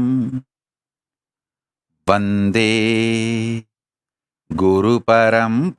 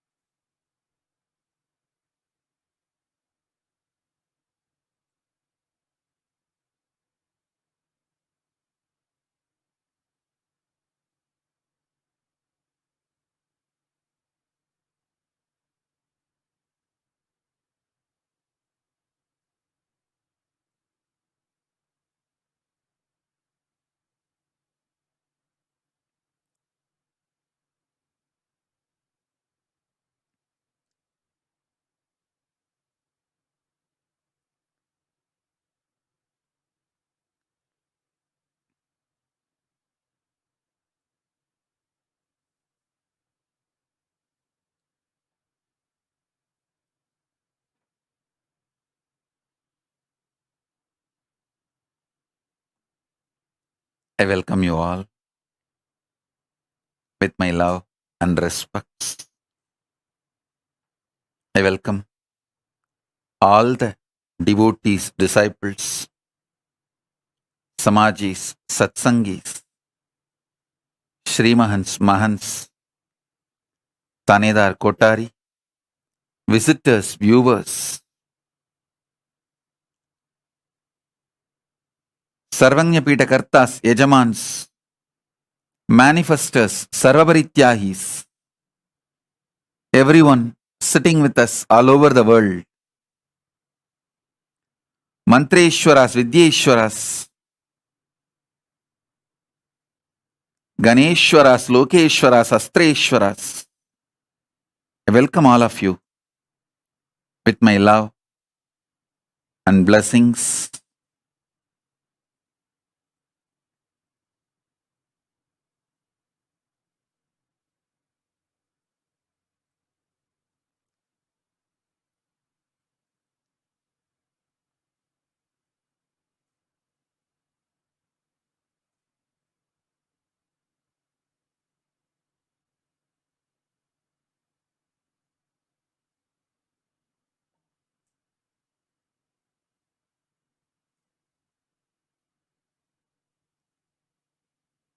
Paramashiva's message directly from Kailasa.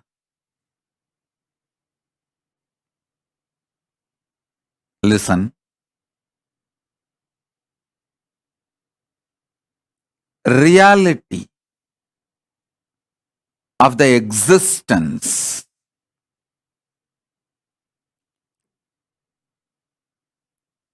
manifests as consciousness in you as Paramashiva in Brahmanda, in macrocosm. In the macrocosmic level, the reality of existence is Paramashiva. In the microcosmic level, the reality of existence is consciousness.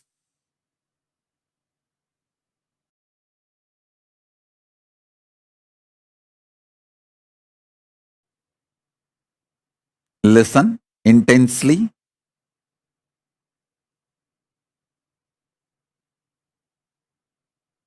The fifth force, consciousness. Just by understanding the fifth force, consciousness, the initiation can happen in you. Understand? There are some things, once you learn, there is no question of forgetting or going back to the state of ignorance. For example, swimming. Once you learn swimming and start swimming, even 25 years you did not swim, but by mistake, accidentally you fall into the water, simply your body will start swimming. So there is no question of going back to ignorance.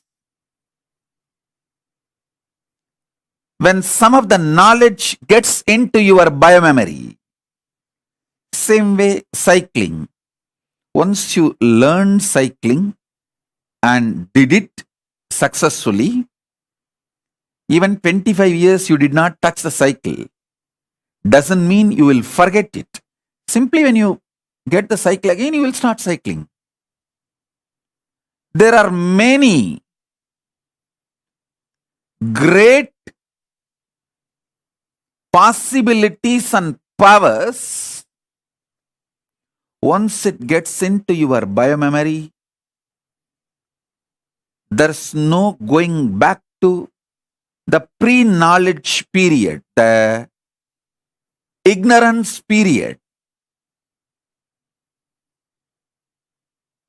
Some knowledge makes a permanent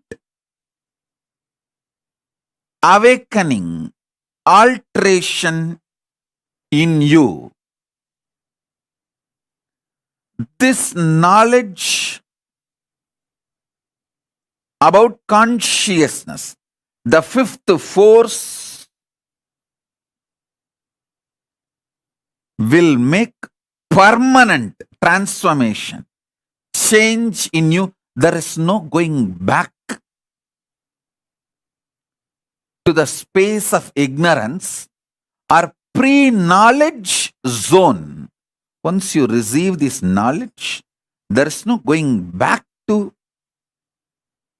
pre-knowledge time or ignorance period. Listen, I'm going to initiate all of you by giving you this conscious reality.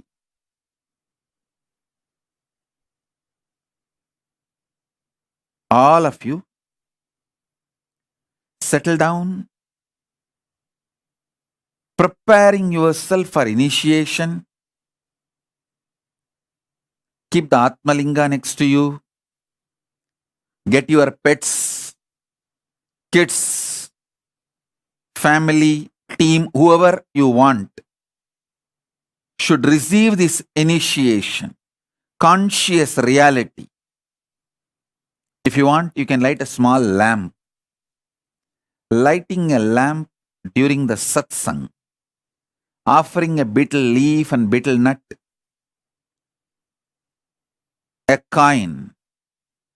These all may look ritualistic, but it will prepare your inner space to receive initiation.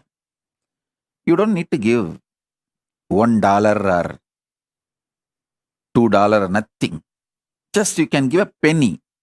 The lowest available denomination coin. Because it is not economical value, it's a spiritual value. Understand? It is not at all economical value, it's a spiritual value. A betel leaf, a betel nut, and the lowest available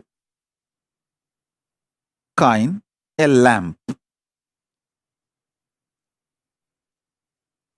All this does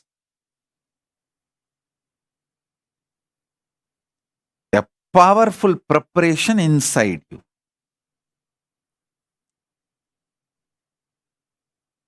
Now listen.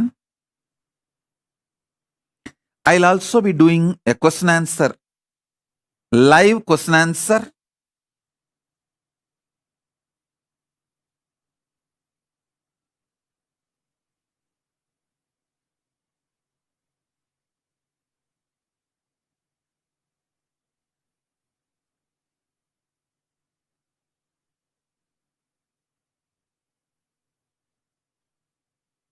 So first thing,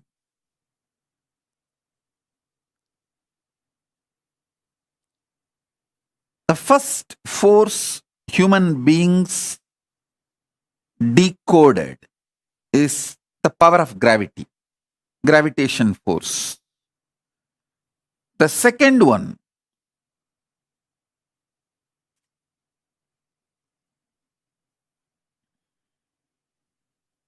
electromagnetic force. Third, weak nuclear force. Fourth, strong nuclear force. The fifth force is reality. Of course, it's not that just with the fifth it ends. No. With the fifth, it enters into a different space altogether. There are 6th, 7th, 8th, 9th, 11th, 12th, 13th, 14th, up to 14 dimension. Different forces exist. 14th force is that absolute Paramashiva, Paramashiva, Turyadita, Turyadita.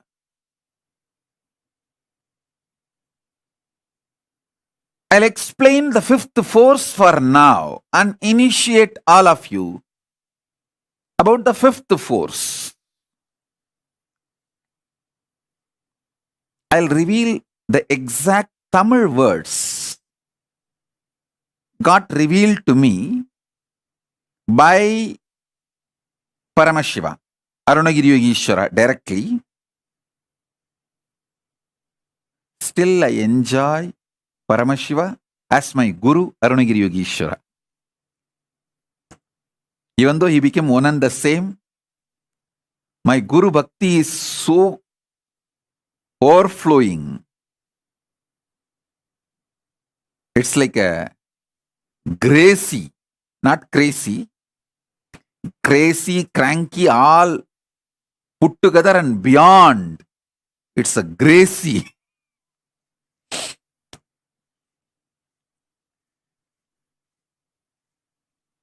So I enjoy my Guru, Paramashiva, as Arunagiri Yogeshwara. புவியீர்ப்பாம் முதல்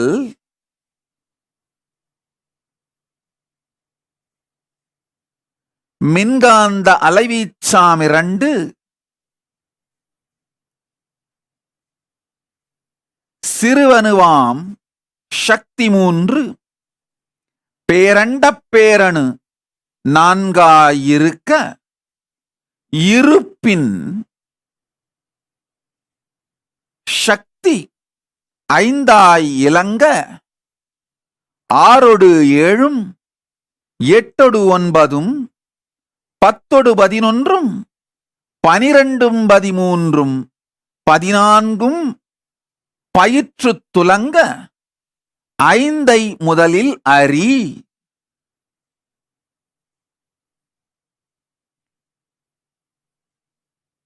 இருப்பின் இருப்பு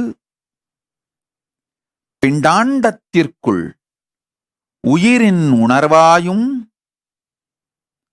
உயிர்மையாயும் பிரம்மாண்டத்திற்குள் பரசிவமாயும் மலர்ந்து இருந்து துலங்குகிறது. Listen.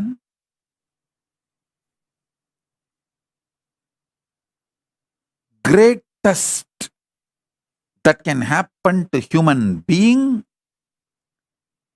is this conscious reality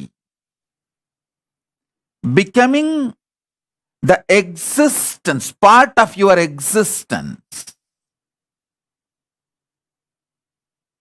Listen, this conscious reality can be part of your existence if you have a direct feeling connection, Guru Bhakti.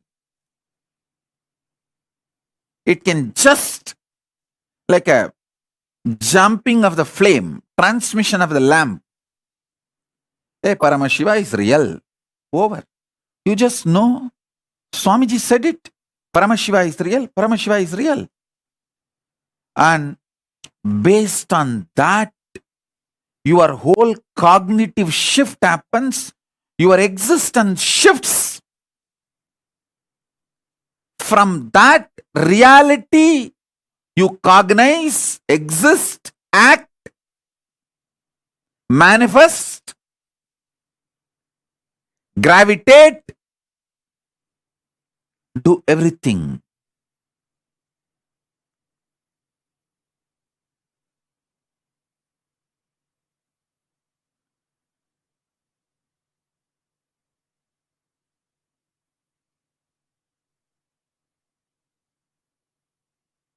If you are not fortunate enough to have that kind of a Guru Bhakti, then at least listen to the Sankhya I am giving. Understanding from known to unknown. Then when the unknown becomes known, from that known to the next unknown. And when that unknown becomes known, from that known to the next unknown, this Sankhya which I am showing, at least move along with it. So you can start internalizing. On Vijayadashmi day, I revealed when my 41st Chaturmasya was completed, I revealed this. The gravitation force happens in the Brahma